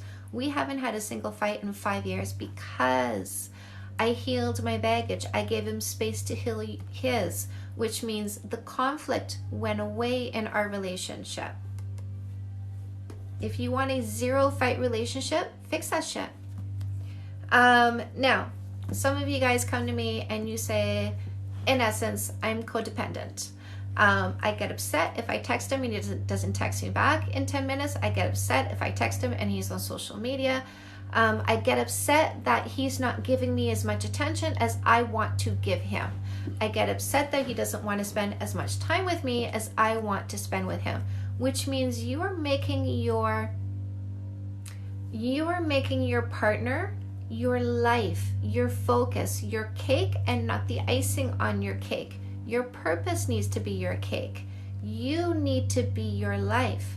And your partner is somebody that you share your life with, those good things, and talk about, I had a shitty day today, right? But your partner is not your life, your passion. Your purpose is your life. So if you don't know what your purpose is, then you got custom made. I answer 2 questions in here. What am I here to do? How can I market this motherfucker? Because here's what I want to have happen. I want you to find out what you are custom made to do, because we all are. And then I want you to bring it out into the world so that people see that you have this. And I want people to come to you and say, I need this. And you seem really good at this. And I'm going to give you money so that you help me with this. I want you to get paid doing something you love. That's called happiness. So if you don't know what your purpose is yet, grab custom made. By the way, every chapter in this book ends with exercises because I get you digging deep. Say Yes to Goodness is a great companion to any of these books. What I do in this book is I take a look at 10 areas of your life that affect you and how you can change your perspective on them so that you feel in cohesion with your life. Anybody who watches Big Bang is going to recognize this next word, symbiosis. Now, we got the nerds. I'm a nerd. Dating 101 is sex ed. This is the book that needs to be in high schools. This is what you should have learned when you were a teenager before stepping out into the dating world, into, having your first kiss, like your first real kiss, right? Like my first kiss was at 10 years old. It's like that, right? But my first real kiss was when I was 14. So this is the book you should be reading at 13. But there's no time like the present. So, this is understanding the drives, behaviors, and emotions behind love. This is education for the sake of education. Whew, I see you guys doing lots of messaging here. Y'all are having a conversation. My heart breaks. He blocked me on everything. And now he's back. He's back because he wants some sexy time. And do not take him back unless you see evident change. That is the rule. Define your next relationship. Read No More Assholes. Clarify. I don't have degrees. I dropped out of university because I did not want to spend the money and the time. I don't want to waste I did not want to waste my time and money. And so I dropped out of university and I self-educated. I want to read every single one of your books. Yes, I love that. So I'm a behaviorist. I study social sciences, so sociology, psychology, anthropology, and biology. I add spirituality on top of that, and experience. So my number one relationship rule is it's not fair to ask for anything you're not willing to do first. I consider this a relationship. I don't ask you guys to do anything I haven't done to get myself out of the situation that you are asking me how to get yourself out of. New long distance relationships, don't fight. Make sure you don't fight, because you can't make up properly, because you can't hug. So get fixed that shit if you need to make sure you don't fight.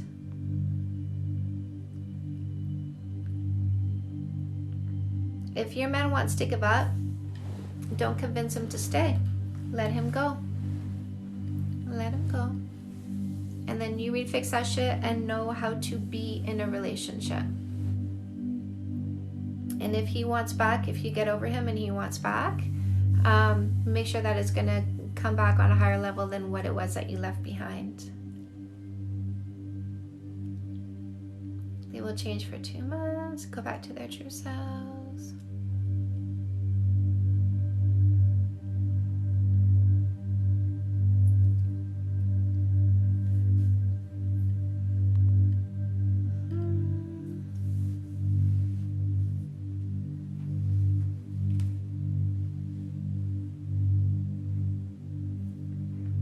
You can take somebody back if you see evident change.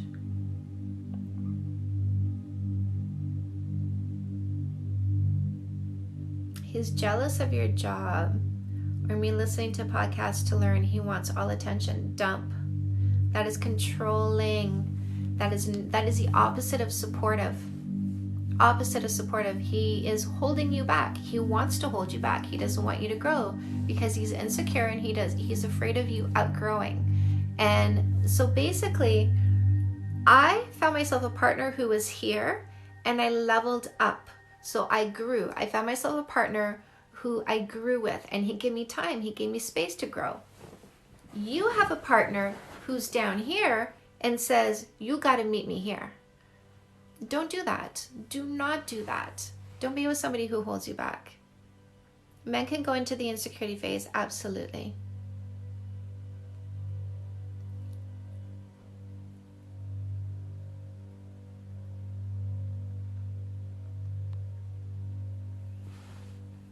How do I let go? You break up. You break up. And you do it in the nicest possible way.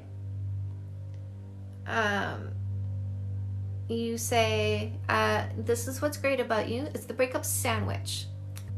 You say, this is what's great about you. It's the breakup sandwich. So I have so many questions. Princess, get a one-on-one coaching session. Guys, if you need clarity on something, if you need to understand, should I stay or should I go? What should I do? How can I fix this? How can I calm my mind? How can I get into a better state? Get a one-on-one coaching session so that you can gain some clarity and a plan. So the breakup sandwich. This is what's great about you. This is why it's not going to work. This is why you'll be great for someone else.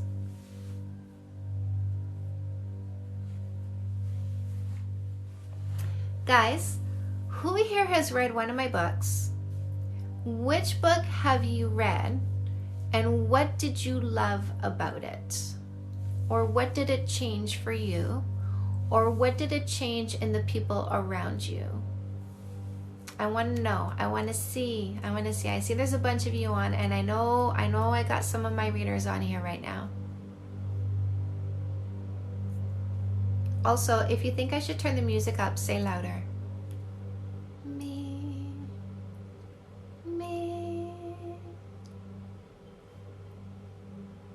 I just discovered you. Yes, Princess Cat. What do you think so far, love?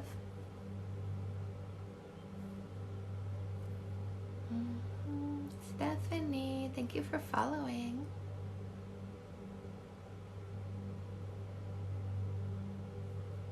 It's not a bad thing that you like boys and girls. I want to do one-on-one, don't have that much money. Yes, that's why I have books, love. It's the cheapest option to get what you need.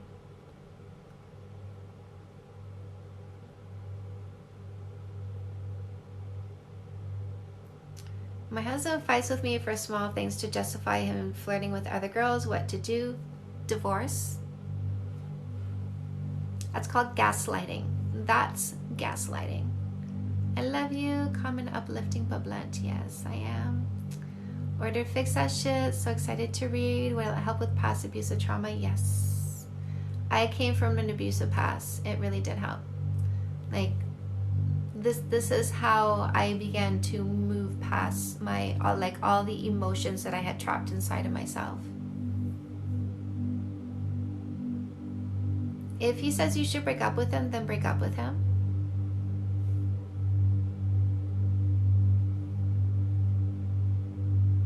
Gaslighting is exactly what we just saw. He flirts with other girls and then creates fights and then says it's your fault I flirt with other girls.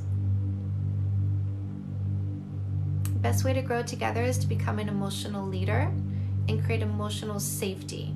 And then your partner feels safe to express themselves more. So you do want to Fix That Shit, love. I keep getting into abusive relationships. You definitely need to get Fake Love Need Not Apply and No More Assholes. This is the antidote to getting into abusive relationships. So I have bipolar disorder. I struggle with many things. What can I do to help create stable relationships? So hello from Mississippi. Hello, Juliana. If you have bipolar disorder, then you have medications. So take your meds. And in addition, make sure that you are meditating. In addition to that, make sure that you are reading my books, because it tells you the behaviors. You're asking, basically, I do have a YouTube channel. You are asking, what do I need to do, right? Do is behavior. So if you want to know the behaviors towards getting into the right relationship, that's No More Assholes. If you want to know the behaviors that are exhibited by toxic people, that's Fake Love Need Not Apply. If you want to know the behaviors that you should do in a relationship, that's After the First Kiss and Fix That Shit. In a relationship, that's After the First Kiss and Fix That Shit.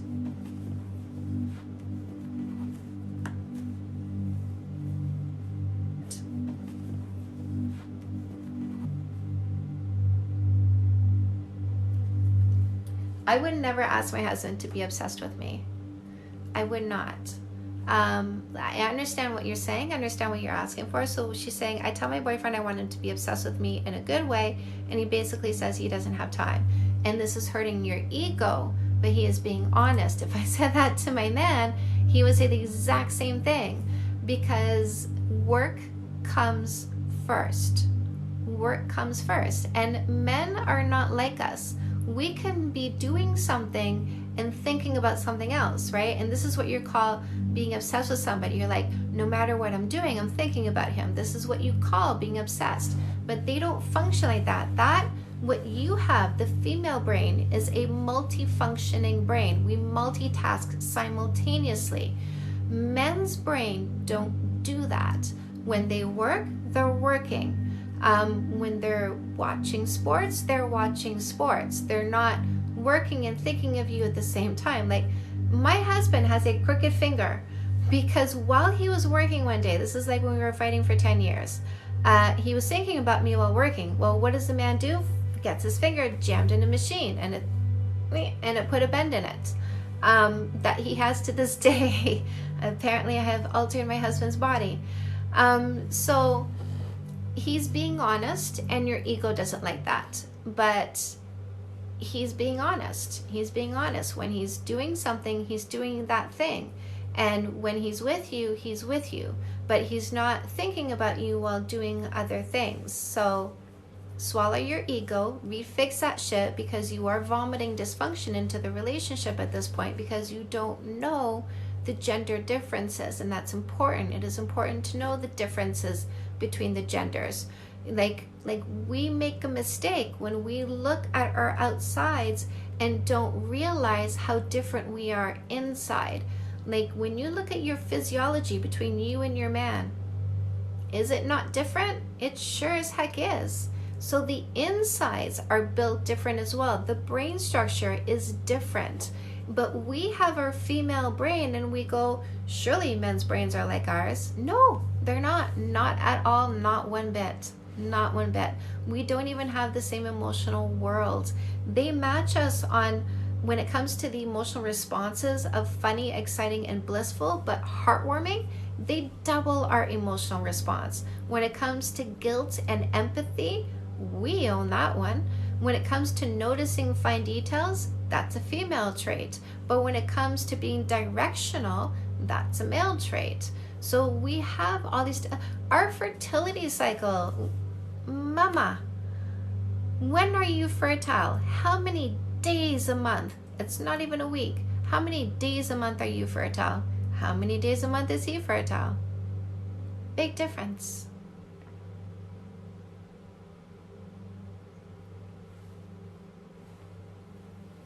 How do you tell someone you love that they're... Which part? I'm wondering. You buy them the products.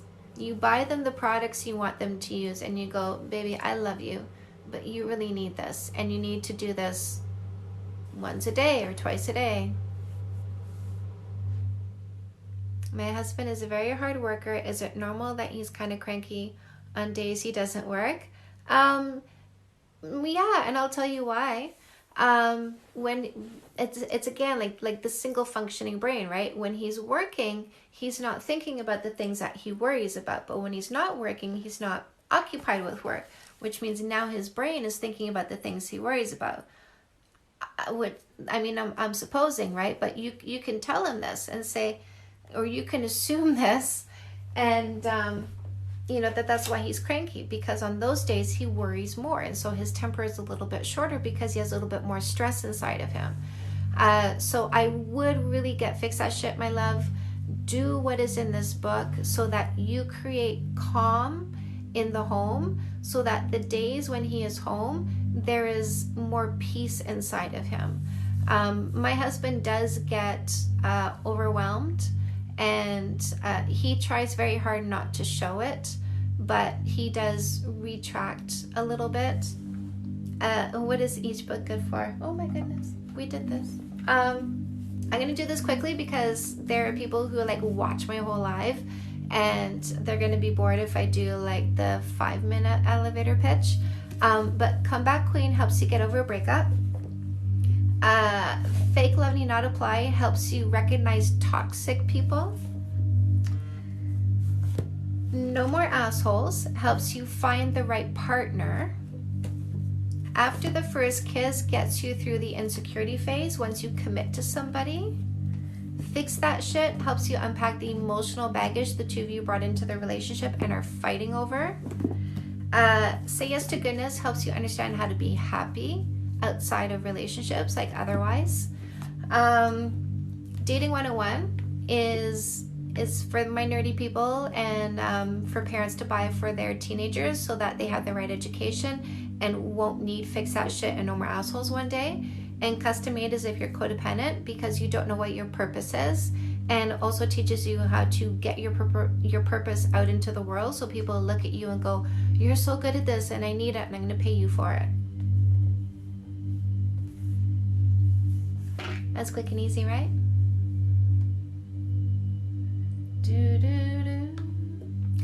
Guys, I have everything in the link tree in my bio, by the way. I say that because I see people signing up for my No More Insecurity class coming up.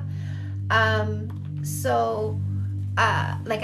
have the button to go find my books on Amazon. By the way, that goes to Amazon.com, so you can find my books on your country's Amazon page if you're not in the US.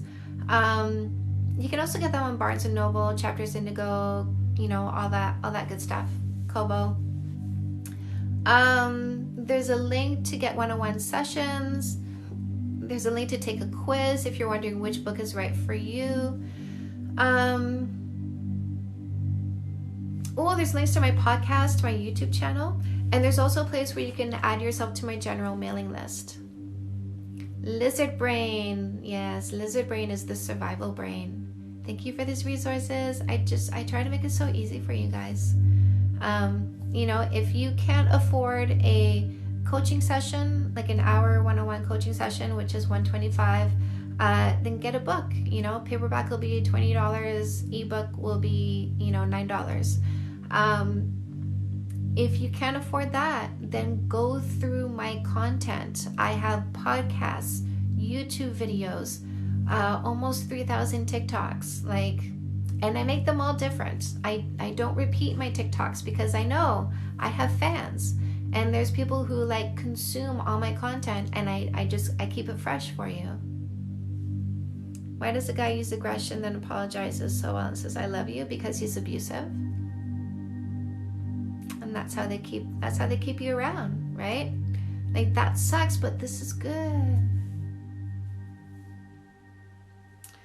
Can you give us some examples of how male brain is different from ours? We process about 20,000 words a day. Thank you, Lalis. We process about 20,000 words a day. They process 5,000 to 7,000 words a day. We have more guilt and empathy. They have heartwarming. We are considerers and conversationalists before we do something. They just think and do. Do you just feel very emotionally distant from your partner? Me? No, I love my man. I just think about him and I smile. I am very emotionally connected to him. Yes, I love my man very much. He's a good man. He is a good man. I love taking care of him. I love working hard and being successful because I want him to feel like he doesn't carry the burden of finances. All my money goes in the bank. I save all my money. And then I tell him, baby, I have this much in the bank. Every now and then I update him. I have this much in the bank because I want him to feel like, it's not all on him. I feel like I don't connect with my partner anymore. It could be depression, right? If you're with a good man, a generous long-term thinker, who is good to you, it could be depression. But just did the quiz, face that shit wins. I love that. If he's not a good man, if he's not a generous long-term thinker, if you read No More Assholes and he has a low man score on the 12 character traits that I lay out in there, then you're with the wrong person, and that's why.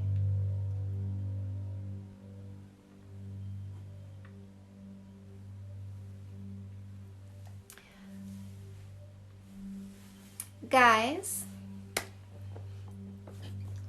who wants to do something for me? Who wants to do something for me? Well, it's not just for me, by the way. Who wants to do something for me and other people? And leave a review. Who will right now go leave a review on Amazon for any books that you've read, or on Google reviews, if you feel like watching my lives or my TikToks has helped you in any way. If you were, I love this, Toylin, you already have my love. Vivian, Isabel, Lindsay, if you have not already, and you're willing to go take the love that I give you, give a little bit of it back to me, because my love language is words of affirmation, but then also at the same time, forward this love to help people understand that they can come to me for help. Yes, you have, Spencer. You've already helped so much. Yeah, oh baby. If it's on a book, go leave an Amazon review. if it is, Marcy, go do it now. I will wait for you. I promise you won't miss anything. I will wait for you. If it's about my lives or my videos, a Google review. You would go to Google, you would type Canada's Dating Coach, what it says up here, Canada's Dating Coach, Google reviews, and go leave a review. Like, do it now. I'm gonna watch for it. When you're done, come back and say, I did it. Your lives are like nothing else. Yes, Isabellisha. You can refix that shit by yourself, and do what's in the book, and it will change your relationship. My husband has never read Fix That Shit. We have not had a fight in 5 years. It's not necessary for the two of you to read it together. If he wants to, great. If not, that's okay. You can still change things yourself.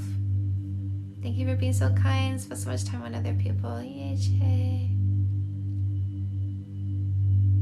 No arguing does not mean losing feelings. My husband and I'll do it more. Isabel Alicia, thank you. Yeah, my husband and I don't fight, and we've never been closer.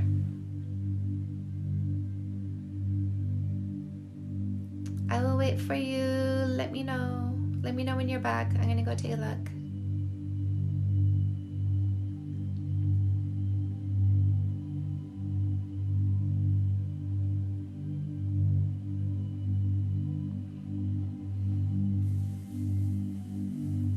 I do believe changing how you act can change the whole relationship 100%, because how your behavior always infects those around you. Where do I leave a review for your lives? On Google Reviews. So you go to Google, and in the search engine type in Canada's Dating Coach Google Reviews, and it'll pop it right up.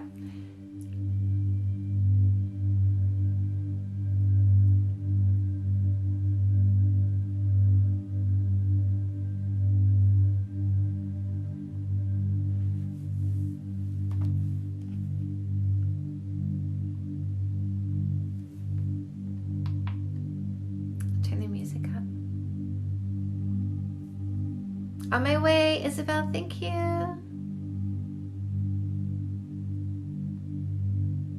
Never wait for somebody.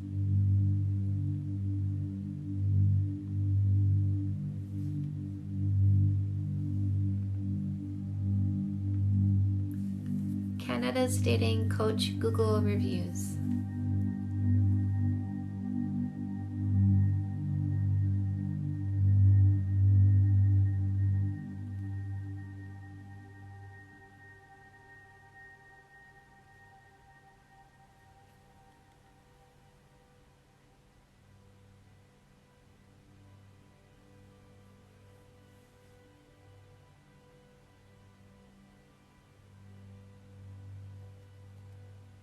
I just want to let you know, just right now, order Fix That Shit. I love it. Thank you. The noise in the background is a meditation track. This is the chakra balancing one.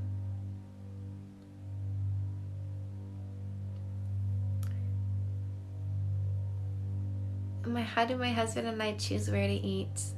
So it kind of all depends on who cares more.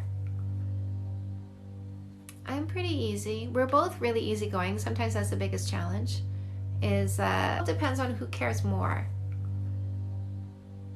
I'm pretty easy. We're both really easygoing. Sometimes that's the biggest challenge. I'm like, it depends on who cares more. I'm like, I don't care, whatever you want. And he's like, I don't care, whatever you want, right? So then one of us has to decide. But we're very easygoing. It's never a battle. We both like the same restaurants. We both like the same restaurants. So I left a review for No More Assholes on Amazon. This means so much to me. Gaslighting is when somebody avoids the truth and tries to make you responsible for the fighting that's going on.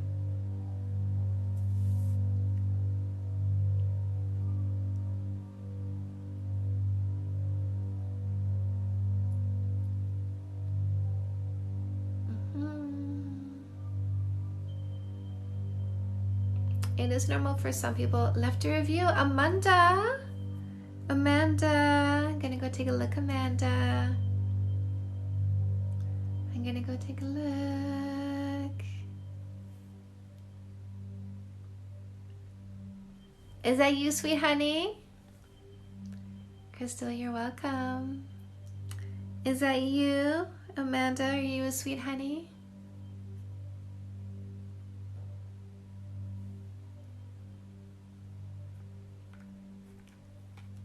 Oh, how to not be jealous. Always a good one.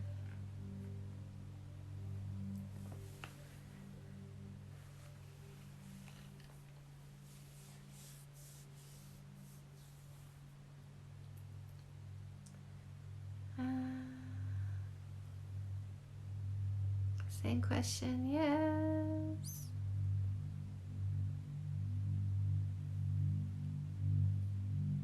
So Gomez left a Google review. Abby Bing, are you sweet honey? Abby Bing, are you sweet honey?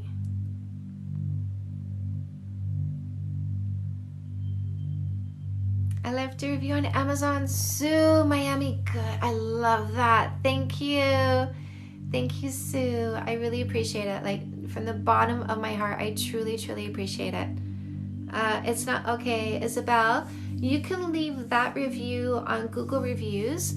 The reason why it's not letting you is probably because, like, do make sure you're going to your country's Amazon page.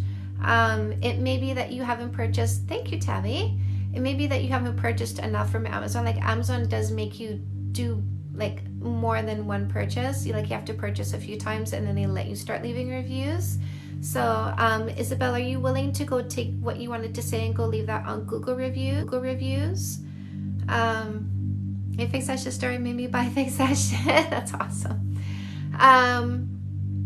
Hope I was well. I'm sure you are. So if you want to go leave a Google review instead, go to Google, type in Canada's Dating Coach Google Reviews, and then go leave a Google review. Type in Canada's Dating Coach Google Reviews, and then go leave a Google review. And I'm looking at them. Let me know when you come back, and I'll go. I'm looking at them as they come. I'm looking at them as you guys are coming back.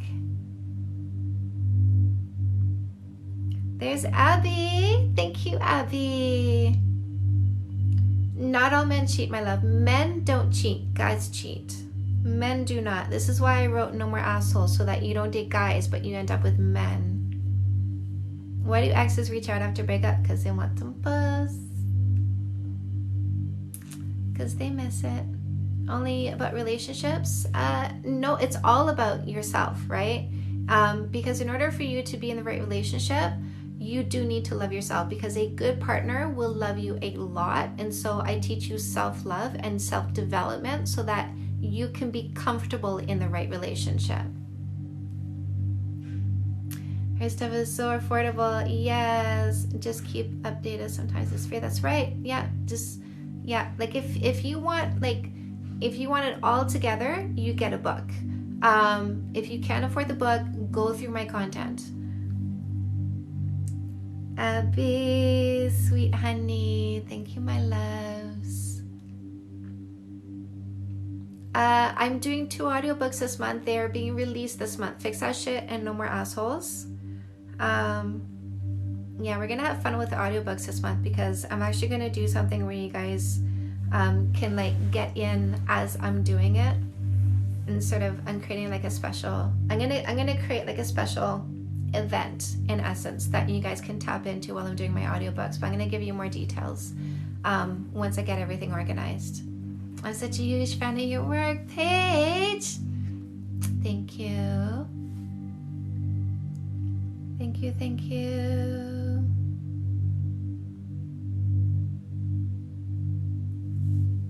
Yes, a married man can be such a gentleman that he feels uncomfortable rejecting women. Yes. Yeah.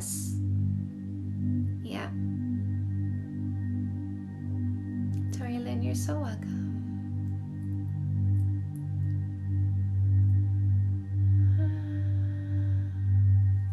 Don't worry if you like scandalous pics of other girls. It's very normal. Porn was on cave drawings. So it's very normal. It's very normal. Porn was on cave drawings. So it's very normal. It's very normal. Porn was on cave drawing.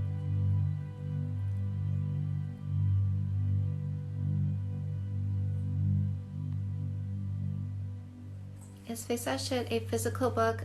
You can get the paperback, right? You can get the paperback, or see, there's one right there. Or you can get the ebook, whatever you like. Whatever you like. I wouldn't, yeah. I just bought Face That Shit. I love that. I love it. I know it's coming. Did it, Isabel? Isabel, was that Google or was that Amazon, my love? Oh, it was Google. Okay, I'm gonna go take a look. And get all excited about words. Isabel, I see you. Thank you, my love. I appreciate that. Amazing woman. Oh my God, you're so good to me. You guys are so amazing. Look at you.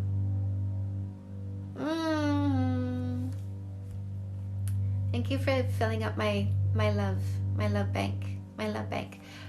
So I talk about love languages, and I talk about how mine are words of affirmation, and my husband is opposite of words of affirmation, although he called me amazing again.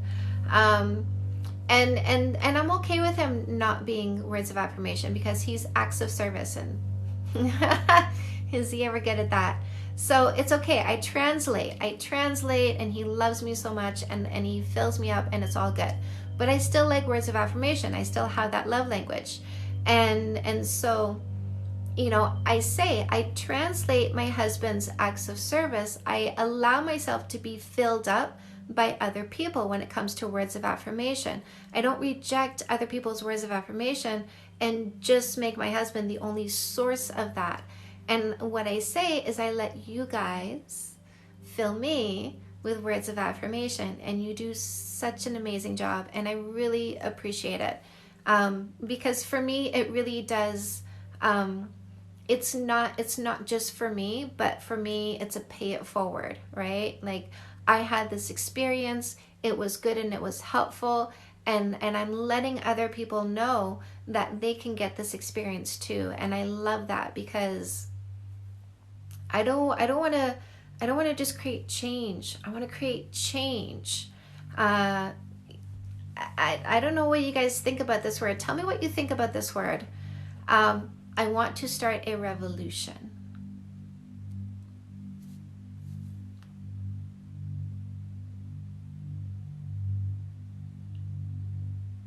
I hope it helps you too, Lexi.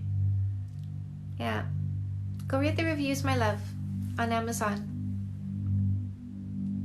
We'll come back, Queen Help, even if you're not going through a breakup, for just self-esteem. If you are looking for something for self-esteem, I would say if your heart isn't hurting, I'd say skip straight to No More Assholes, because I do help you understand how to increase your self-esteem, because the sexiest quality you have to a good man is confidence. Guys who are selfish short-term thinkers don't want you to be confident. They want you to be controllable. Men want you to be confident and conquering. Huge difference. So you need to be the person who accepts being in the kind of relationship where you are loved and supported and uplifted.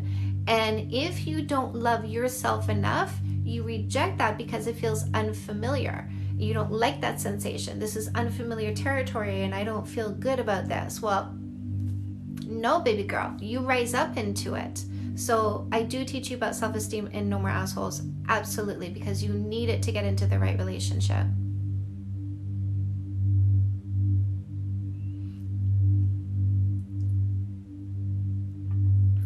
Isabel, I'm gonna get your books and leave reviews. I love you.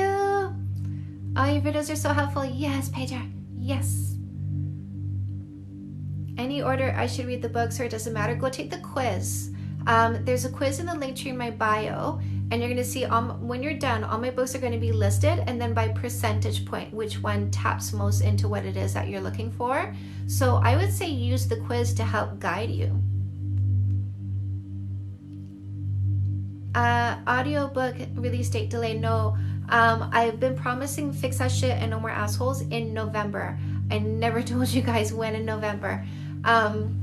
So I'm thinking I'm gonna start doing Fix That Shit on November 10th, like start recording it. And then No More Assholes, I'm gonna start recording it around November 20th. So yeah, and then I'll have those 2 books done this month. Love my paperbacks, yes. Write my notes and highlight. Yeah, you're one of those. People ask me if they should get paperback or ebook, and I'm like, it depends. It depends if you're somebody who likes to write in your books and highlight.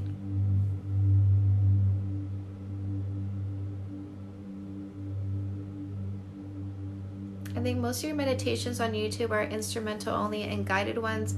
I have some guided ones on my YouTube channel in my Let's Meditate playlist. I saw that video of the guy saying that guys should cheat, that someone tagged you in. I got tagged in that one. I did see that. So I disagree with the cheating. Like if you want to go be with someone else, then go be. Don't cheat. Break it off with that girl who doesn't reply to your texts, who doesn't cook, who doesn't clean, who doesn't contribute. Break it off. Like, why are you in the relationship? That's the one thing he got wrong. Was you should break it off, right? Don't be in that relationship. But it is true. It is true. That's what people will do, right? If your partner doesn't contribute goodness and someone else does, then of course that person seems more attractive to you and more desirable, because they make you feel more desirable. They're answering your text, they're touching your arm, they're saying you're so funny, right? You're so kind. They're showing you appreciation and gratitude for who you are. How did you meet your husband? What are places to meet loyal people? Yeah, so I used to be a stripper, and my husband was my customer for 2.5 years. And actually that was part of the reason why I trust him so much, was because for 2.5 years when he would come to see me at the club and I would be busy, he never got somebody else. It was always just me. Even though he could have. I had no ownership on him. He could have spent time with somebody else while waiting for me, but he never did that. When will I be doing the Q&A? When I do the audiobook thing, what we talked about yesterday. Probably going to start doing that on November 10th. I just ordered a screen, and I'm working out the logistics of the software and equipment that I need in order to do it the way I envision it to get all that together. So I started working on that last night. I just ordered a new piece of equipment to do that. I should have everything ready and set up and good to go by the 10th, at which, and you know, like once I feel like really I'm gonna have everything ready for that date, that's when I'm gonna start really letting everybody know that they can start signing up for it. So yeah, November 10th. Oh my goodness.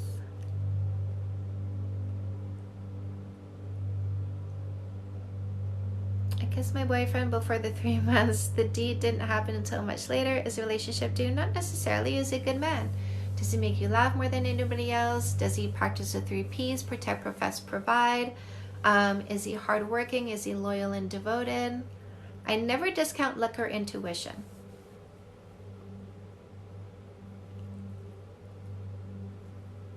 So the best predictor of future behavior is past behavior. Rochelle. So he cheated long ago. After 3 years, I trust him again. People say it's dumb to be with him, but he hasn't since. People make mistakes. This is why I say cheating is not black and white. There is gray area. So the best predictor, this is what you say to the people who say you're dumb. You say, look, the best predictor of future behavior is past behavior. He hasn't cheated in 3 years. I can anticipate another 3 years of him not cheating. Bob Fix That Shit. Haven't read through yet. Keep you posted. Yes, you got a friend in Carly. Good, good, good. Hello, my queen, Miss User. Giovanna. Great. This will be my next book after I'm done reading Fix That Shit. It's crazy because I hate reading. I got you hooked, Giovanna. Gateway drug. You read one book, you can't stop. Thank you, my love. You're so good to me. I love you. I love you. I love my people. You guys. We got so much goodness going on here.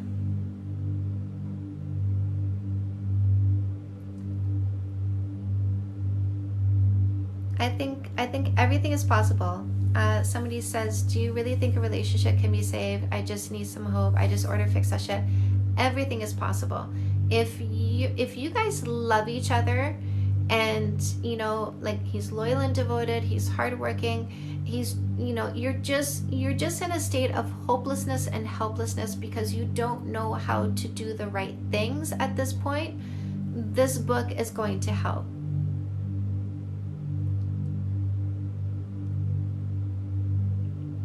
My man isn't physically affectionate very often and it makes me insecure. Do a love language quiz together. Find out where physical affection is on each of your scales. Do it together at the same time and then exchange your results. Oh, my husband has been struggling with a breakup, so I just recommended Come Back Queen to her. Yes, yes, yes. I love the feedback that I get about that book. The women who talk to me about it say they read it over and over and it helps them each time.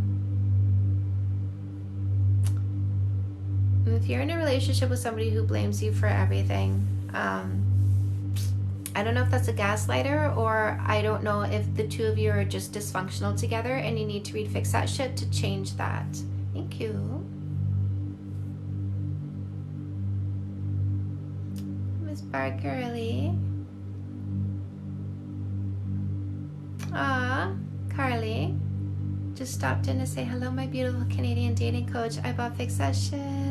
Yes, I need that too. Yes, Pager. Okay, good.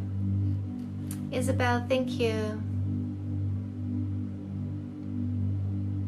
You have a great aura, Lexi. We need a revolution. Ooh, Steffi. Ooh, I'm coming into your comments here, guys. It's powerful, Pager. Thank you. Yay, we love you. Isabel, thank you. I love your love. I really do, you guys. I'm here for it. I'm here for it. All the way, my ladies. All the way. All the way. We fix us. We fix our relationships. We become emotional leaders. We become role models. People learn from us. Ripple effect. We do this. We do this. Oh, I'm so excited, you guys. I really am. I'm so excited. Whew. It's so good. I just got hit with this massive dose of goodness, you guys. Y'all are loving me big time. I love it. I love it. So much love. Can't stay for long, Renee. Wanted to absorb your vibe before going to sleep. I'm here for you, my love. We got some good vibrations. You guys, do you guys want the music louder? Red is your color. You're beautiful. Thank you. I always I put on what I'm feeling, right? And it always starts with the top. It starts with the top, and then I layer everything with that. But I just ask myself, what am I feeling today? Oh, I'm married to a gaslighter. I would do Fix That Shit because you are in a relationship and you need to be empowered. So Fix That Shit is going to give you a ton of strength. Oh, this is so sweet. I like your YouTube meditation videos. Yes, love your lives. I was wondering, do you have experience with family relationships? Yep. Yes, indeed. Just wrote a Google review. Colby, is that right? I like your YouTube. Ladies, if you read Fix That Shit, it puts you in a different headspace. Professional advice for cheap. Right. Accessible and easy. Easy. I make it easy. I make it so clear. I make it easy. I help you understand. With understanding comes compassion. And then what's the behaviors? How do we change it? And it's easy, such easy behaviors. I listen to you so much. My family knows you and your name, and they listen to you too, Sona. I love this. God, you guys are loving me up tonight. This is amazing.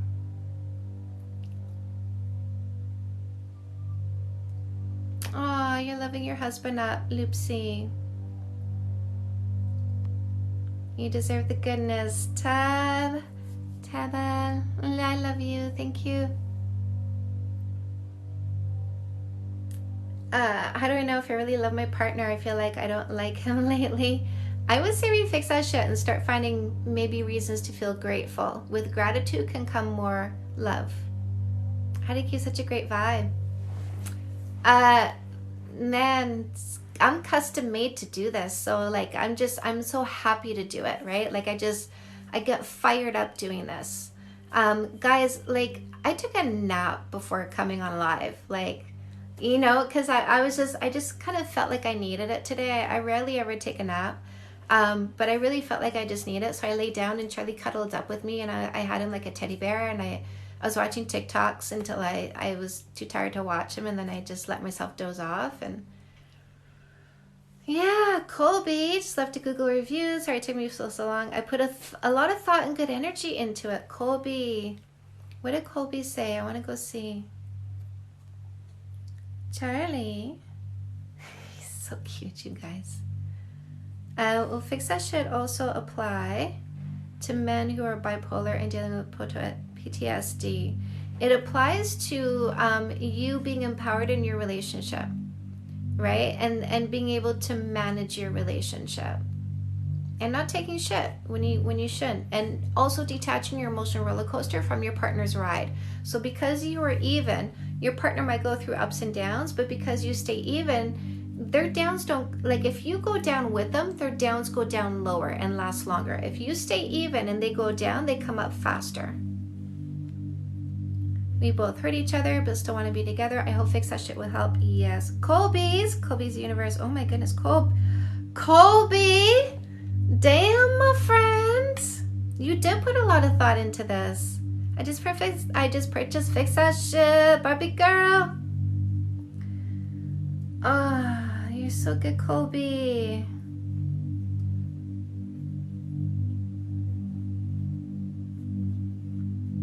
Yes.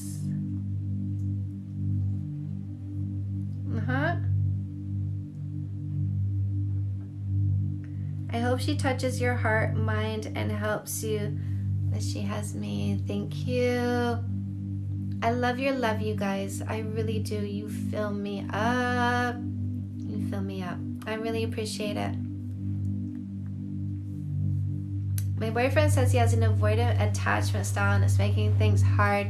Become the emotional leader. Say, listen, I love you and I don't subscribe to labels, but I'm going to get fixed that shit and become the emotional leader in our relationship so that we understand how to be functional together.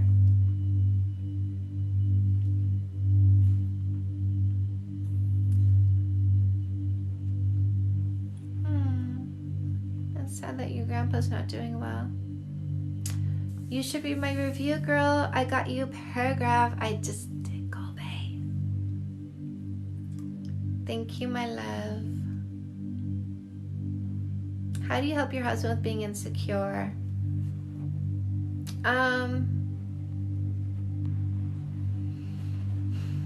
See, here's the thing. We all need to take responsibility for our insecurity. So here's what you're going to do. You're going to say to him, we're going to write a cheat sheet. You're going to sit down with this and I'm going to help you finish it. But here's what you're going to do. You're going to write down everything I say and do that show you and prove to you that I love you and am devoted to you. When you spent like a good half hour on this, and you feel you're done, you can't think of anything else, come see me with it and I'm going to add anything else that I feel you've missed. And then when you feel insecure, I want you to go to this cheat sheet and go read this and remind yourself, what can I do to spark the relationship with my fiance? You make out twice a day, my love. You make out twice a day. What's a make out? It's a kiss that lasts more than 5 seconds. Make out with your man. Giovanna, the entire time I was focused on the wrong things. You read Fix That Shit. Simple fight seems so dumb now, right? This is how my husband and I are like 0 fights now in our relationship. You're welcome, Cass.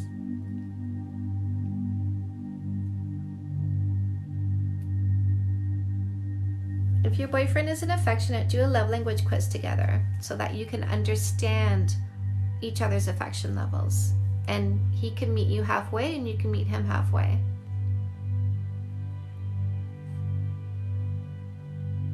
Ooh, more of Mo. Hi, Charlie. You want to come cuddle?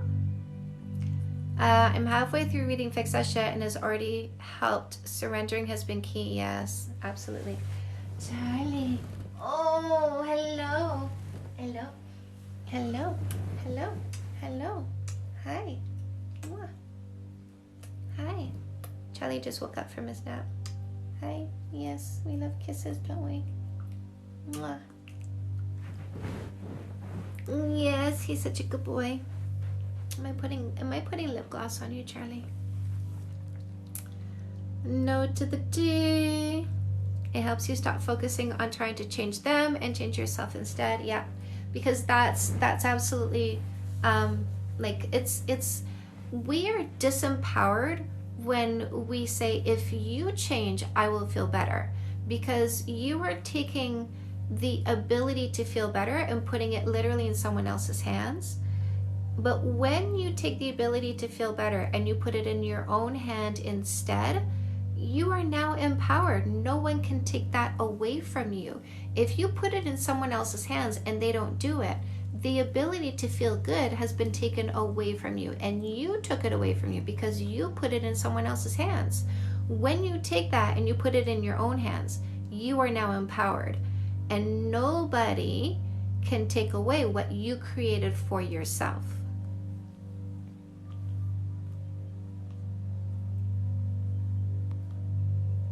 Can I get an amen? Anybody who just felt what I just said right now? Is it okay to not talk to my boyfriend about my insecurities anymore? 100%, my love. Because the less frequency you give your insecurities, the faster they die down. Because the less power you give them. It doesn't mean anything if you dream about somebody. Oh, look at the amens. That's right, my loves. Yes, yes. We are here for the empowerment. We are here for the empowerment. 100%. All the way, all day, every day. I love it. I love it. Rochelle. Artist Patty. Shay. Toylin. Isabel. Gita. Shirak. Should I tell my abusive about my boyfriend about my abusive past? Yeah, you can. You can. If you want to share that with him, you can. I don't feel comfortable talking to him about my insecurities because he thinks I don't trust. It's much better to deal with your insecurities, right? So my love, I would get Fix That Shit because it really does help deal with your insecurities. I recently set a boundary with my husband that I'm deeper. Hello. He's so happy.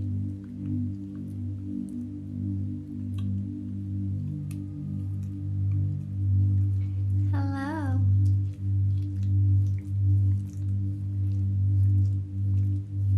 How do I give my partner the space he needs to miss me if we live and work together?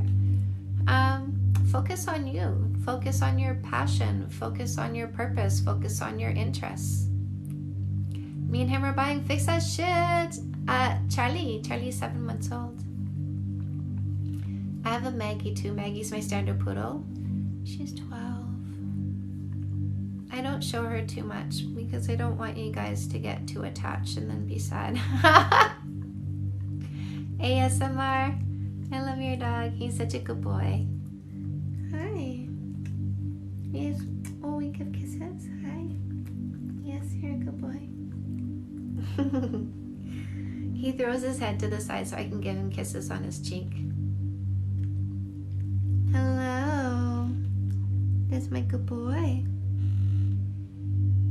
He's been cuddly since the day I got him. I didn't have a crate when I went to go pick him up, so I had him on my lap, and I held him on my lap when I was driving home with him, and he just basically like he had his bum on my lap and he was facing me. We were chest to chest, and he just cuddled me that way the whole drive home. His love language is physical affection. Which one, this guy or your person's? Reactive abusers. As I do certainly believe that we react. As I do certainly believe that we react to each other. And I do believe that people get a reaction from you because they feel empowered from it. And they feel empowered from it because it's like cutting, right? Like my mom is abusive towards me because seeing the pain on my face is like cutting and taking, like seeing the pain outside of herself. Charlie's love language, yes, physical affection. Yes, he's a good boy. How do you have so much knowledge about this stuff? It's fascinating. Part research, part theory. Like really, guys, when you are custom made to do something, it is easy. It is so easy for me to understand this stuff. It is so easy for me to come up with ideas and then research them and go, oh, like, I mean, that made sense to me. But when I got deeper into it and I looked at peer-reviewed studies and I put stuff together and I piece stuff together, it just makes so much sense. So I've been designed to see the world in this way. I've been designed to be able to process it. I've been designed to speak it so well because I've been designed to come and teach you. Thank you for being so sweet. Yay, Shay.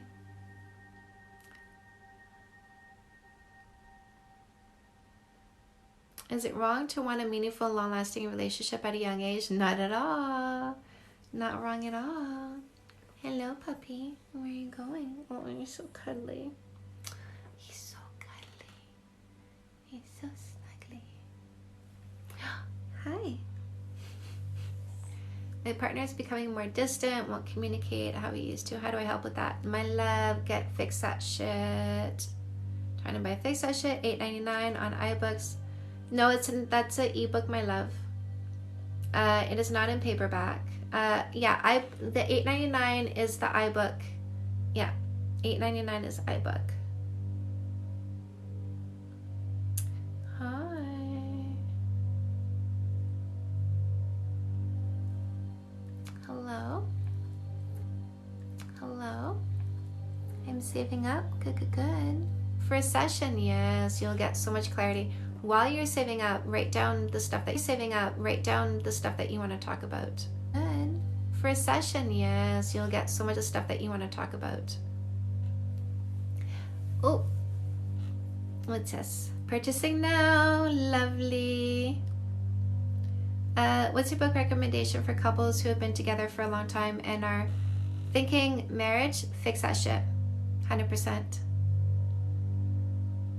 Is it healthy to say sorry after every little and big mistake? 100%. And always a 3-part apology. I'm sorry for specific behavior. I'm sorry for being snappy at you. I realize that. How did it affect them? I realize that it probably put you in a bad mood too. This is my plan for not doing it again. I was PMSing and I'm making sure that I'm drinking more water, and I did some meditating. So that I can be in a calmer state and not be so snappy.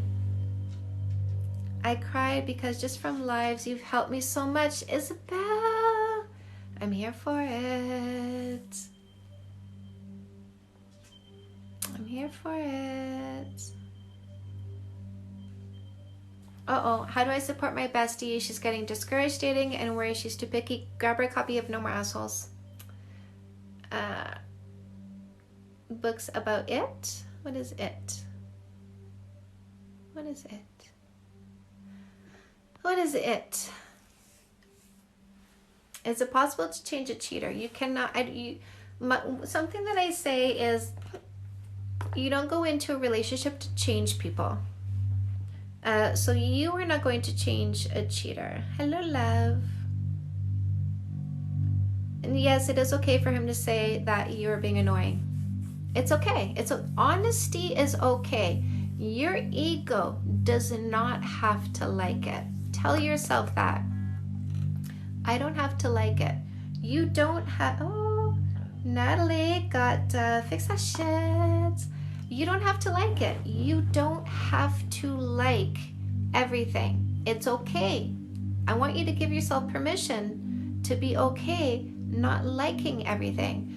So if he says you're annoying, because he's trying to watch the game and you keep trying to engage him in a conversation, it's okay for him to say that. It's okay for him to express that. It's okay for you to not like it. It's also okay for you to then go up into your mind and go, well, he is trying to do something and he would like to concentrate. And it's okay for me to go occupy myself with something else or sit quietly beside him.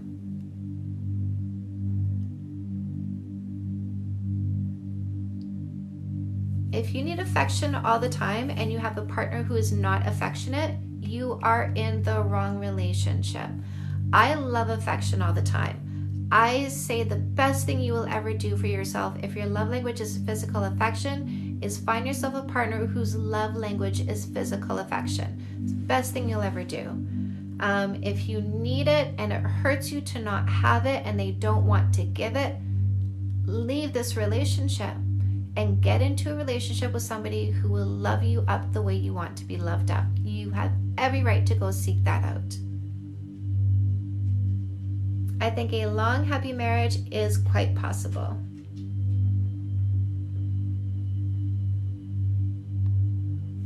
Johnny. He always brings my socks. Hello. Did you bring my socks? Is that Mama's sock? Is that Mama's sock in your mouth? Yay, because you like socks. And you just and he'll just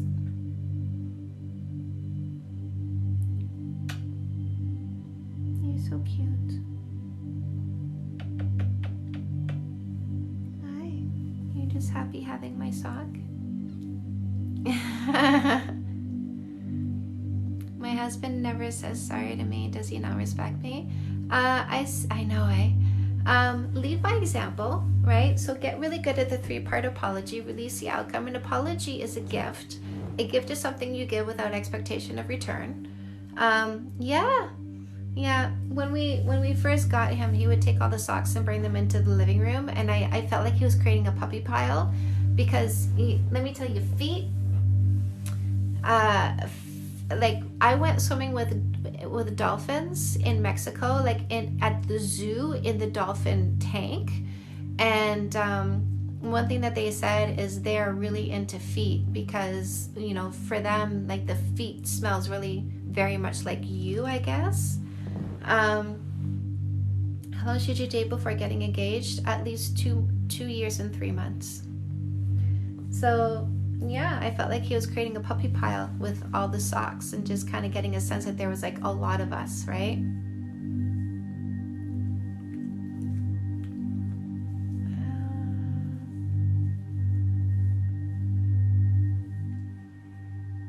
Is it disrespectful if he stares at other?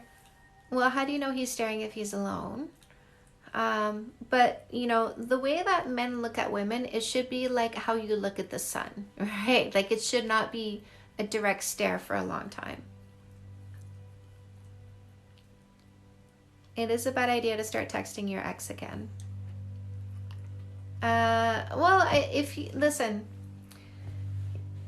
If you think it's because you want to get back with them, make sure you define your next relationship first and make sure they are what you need to be getting into. If it's just because you miss them as a platonic friend and that's it, just purely platonic, I mean, you don't know where they are emotionally either, right? So, I'm not going to say yes, I'm not going to say no. I'm going to say it depends. I'm Natalie, the gaslighter's wife. Just bought that. Thank you, my love. Awesome, awesome, awesome. Yes. Why does someone cheat and then feel guilty afterwards? Also love your content. Ask him. You know, maybe the reason why they cheated is because they were just looking to feel good, but it's like on the one hand, like they're just there isn't enough uplifting and goodness, and this was a band-aid to that, right? It's not that I wanted to hurt you, it's just I was using an emotional band-aid. It could be that. If you're looking to get engaged, create the foundation for a relationship without fights, because when you get married, what you don't want to do is get a divorce, right? So do fix that shit. This is marriage counseling right here.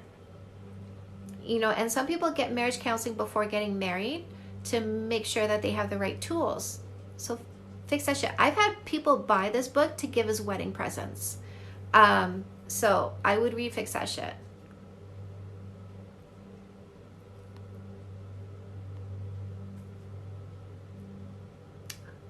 When I ask him why he cheats, plural, he tells me it's because of my past and that he doesn't trust me. Dump the motherfucker. That's gaslighting.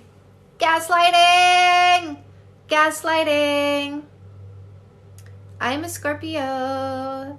My husband's a Gemini, and that confused me until I did my star sign, like my birth chart, and my moon. My moon is in Gemini. Gaslighting. Guys, look at this. When I ask him why he cheats, plural motherfucker, serial cheater, girl, you gotta go. He tells me it's because of my past and that he doesn't trust me. This is a gaslighter. He gots to go. You dump him. This gots to go. No. Colby. No, Colby. Not my Colby. No, Colby. He gots to go, my love. You dump him. You dump. That's gaslighting. And you grab no more assholes, my love. Yeah, that is gaslighting. Oh, Colby, I feel bad for you, my love. I'm glad you're here. I'm glad you're with me. Stick with me. Yeah, get no more assholes. You need this education. You need this education. You don't deserve that. He is stepping on you to elevate himself. That is wrong. That is a guy that is a selfish short-term thinker. I want you to be with a generous long-term thinker, but you have to realize you deserve this. So you really do need to do what is in No More Assholes. And I mean, guys, you don't have a conversation with me. Like, you don't do one-on-one session. You don't read a book without coming away with homework. You need to do what is in my books. I'm a behaviorist. I'm a social scientist and a behaviorist, and I fixed my shit. This book title is No More Assholes because I had this moment. No more assholes. I literally stood in my kitchen and said out loud, my arms up to the sky, no more assholes, because I had a pattern of this shit. Colby, no. Colby, no. How much does Dating 101 cost? Depends if you get the paperback or the ebook. Depends also what website you get it from.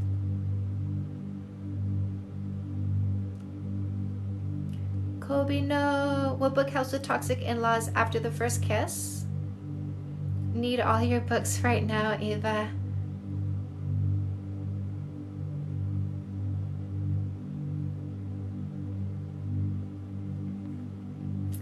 Colby, no.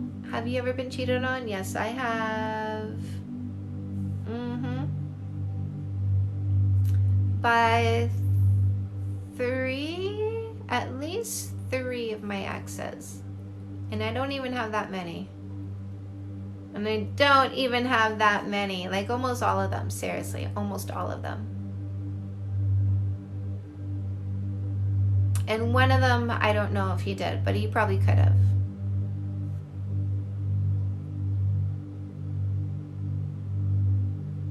Does it mean something if he says it's a joke that I intimidate him, but then says that he's joking?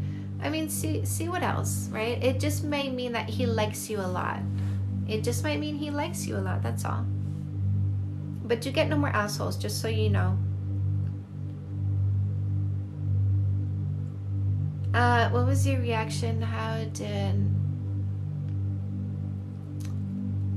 it's not like I caught any of them in bed with somebody. What was my reaction? I mean, honestly, what am I saying? Like, I walked in on my boyfriend, like, in a shower with a girl. Oh, they were wearing clothes, but they were in the shower together, like, obviously having a moment. And I saw them having moments after moment, and I just fucking kept gaslighting myself, you know? Because my self-esteem wasn't there, because I would convince myself otherwise, because I would believe his words instead of really believing his behaviors, right? Like, I was just, hindsight is 2020. It's so fucking obvious. But yeah, like, I mean, we just fought. Like, I just kept saying, blah, blah, blah, that girl. And he's like, blah, blah, no, right? So, it's what they all do. It's what we do. It's what they do. It was the same thing. Same thing that you guys have gone through. I love you too. I love you too.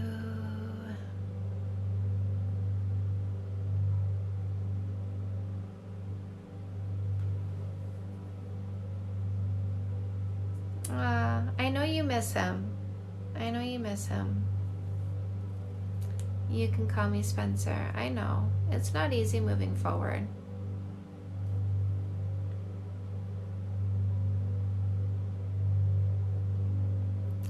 No more. Oh, look at this. We got a troll. Block. Bye, motherfucker. You gots to go. You shall never return.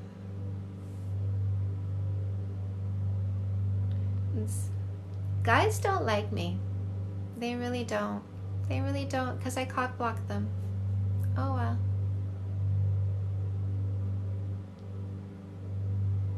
Dating 4 years, we're 19 and 20, but I want to become more serious. Is that realistic? Ask him, Lexi. Ask him. Say, hey, I just want to let you know, I'm done my playtime and I really want like a long-term relationship, because I really want to get married and buy a house and have kids and, you know, whatever your goals are, my love. And then you say, what about you? And then see if he's seeing the same thing you are. Not in love after 7 months. I like him a lot. Can I love him one day? Yep, took me a long time to fall in love with my husband. If you like him a lot, it can turn into love, absolutely. That's called a slow burn. It's okay if things are a slow burn.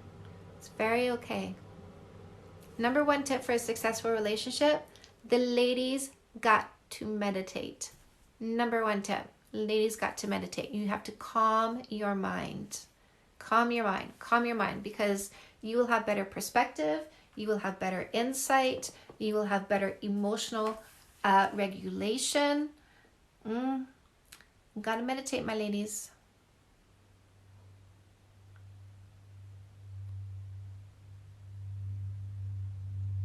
My husband says I'm too involved with my kids, not his kids. So maybe he's just saying he doesn't want his kids to feel like you're not balancing them. They don't want to feel left out. I saw a TikTok where this lady, she's like, my husband just cut off his parents because they lavish their biological grandchild with attention and gifts, but not her daughter. And so he cut them off because they were being unfair, and that puts a child in a place of suffering, and that's not okay. No, I meditated with my husband. There was a point, like, my husband came home one day and he was like, I want a divorce. And I'm like, I had been meditating, so I didn't have an emotional reaction to it. And so I said, you know, if this is something you want, then absolutely I will give it to you, but can I ask you to meditate? I said, I said, are you asking for this because you feel so stressed that if you take one thing off your plate, you'll feel a little bit better? And he said, I think so. And I said, can I ask you to meditate for 8 weeks? And if you still want this, then I will give it to you. And he said, okay. So we actually meditated together for a few weeks. All your advice really helps. Yay.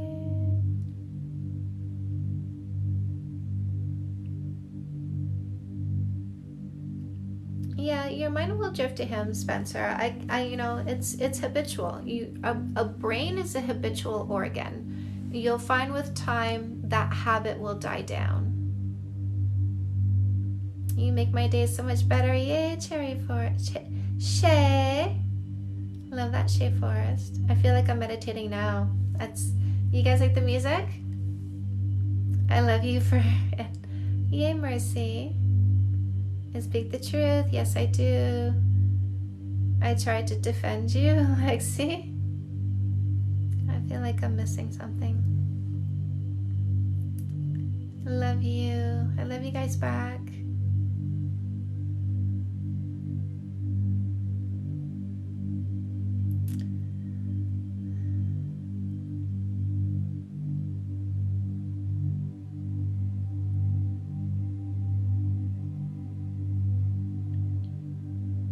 Sassy boss, you're welcome. I gifted no more assholes. I love that. One Shapa, thank you.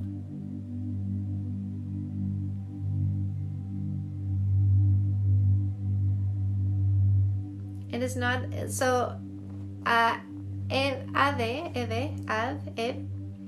Is it a bad idea to go to college in a relationship? It is never a bad idea to pursue your dreams, passions, goals, and purposes in a relationship. And if your partner does not support you, it is a bad idea to stay in that relationship.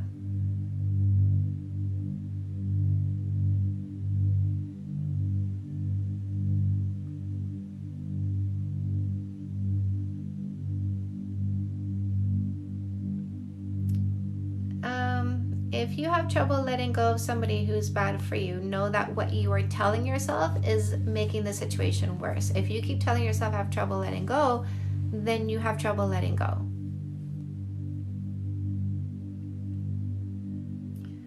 Oh, thank you so much. That's amazing advice. Yay, my love. Good, good, good.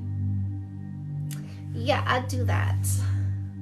Colby, how do I get someone to read one of your books who really needs it but isn't motivated enough? You can't change other people, my love, but you can be a shining example and rub off on other people. Makeup is beautiful. Thank you. I had fun with it today. I got myself a new kit. Like, I love Tarte palettes. I get all the really nice Tarte palettes. So I got a new one and I've been playing with all the colors.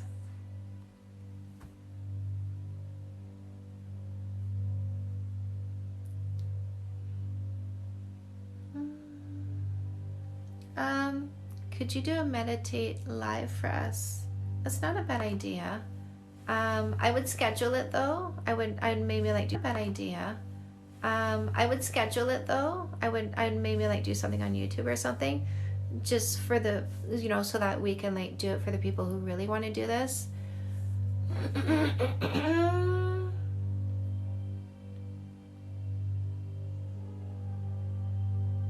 Okay, it's a good one. My partner has trouble communicating in serious conversations. How can I help him open up? You must fix that shit. Because what I teach you how to do is create emotional safety in your relationship. Men don't talk more or express more unless they feel it's a safe place to do so. When you create emotional safety, when you refix that shit, first of all, you're going to create emotional safety in yourself. Charlie keeps knocking my tripod, by the way, if you're wondering what's going on. He's rolling around on the floor down here. He's getting a belly rub with my foot. So you're going to create emotional safety within yourself. That's going to bleed into the relationship. You're going to understand what behaviors to do and not do. You're going to reduce the conflict in your relationship. You're going to understand what is worth talking about and not worth talking about.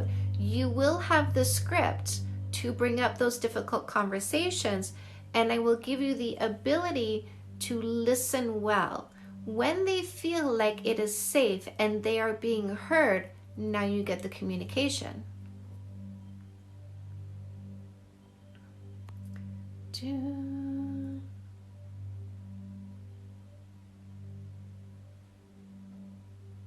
How much did you meditate? Minimum 10 minutes a day on average. Why do I fall so fast? Because you're kissing. You're kissing. Use a no kissing for 3 months dating rule, love. Thank you for all your advice. You're truly amazing. Represent Canada. Thank you, Miss Marta. I appreciate that very much. Oh, Charlie. Oh, look at you. Oh, look what Mama found. Hi. Hi, are you my big boy? What's safe for men? No conflict. When unnecessary conflict exits a relationship and you guys don't fight anymore, then they start to feel like it's safe to let their emotions come out. Hi. Hello. I feel like he hugs with his mouth. Yes, you want this? Hello. You want my sock? Is that what you want?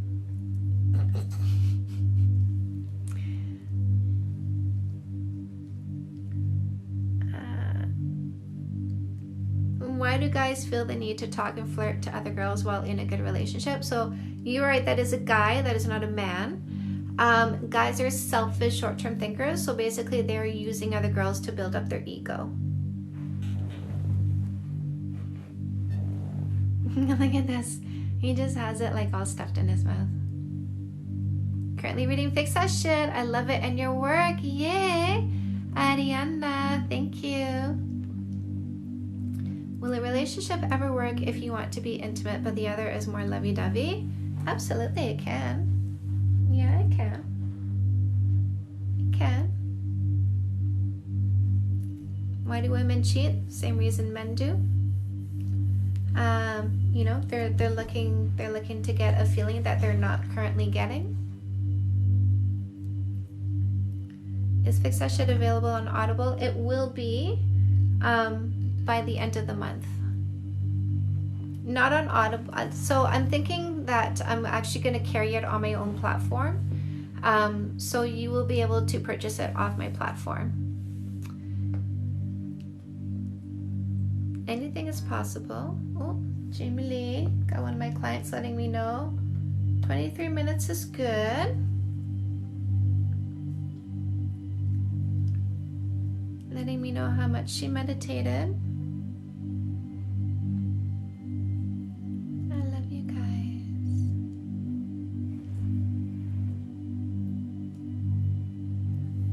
So Kraft says, my wife got a high profile job and she's now making boatloads of money. Now we barely talk. Make the minutes count. I'm going to say the same thing I say to you as I say to women who are with men who work a lot. You make the minutes count. Don't focus on how much time you're not spending together. Don't focus on how much you don't talk. Just make the minutes count. Know her love language. Plug in her love language. Be supportive, because you know that she's not just working for herself. You know that while she's working and putting this money in the bank, that she's thinking about how comfortable your retirement will be together. So be a supportive, loving, understanding, patient partner, and you two will have a nice retirement together.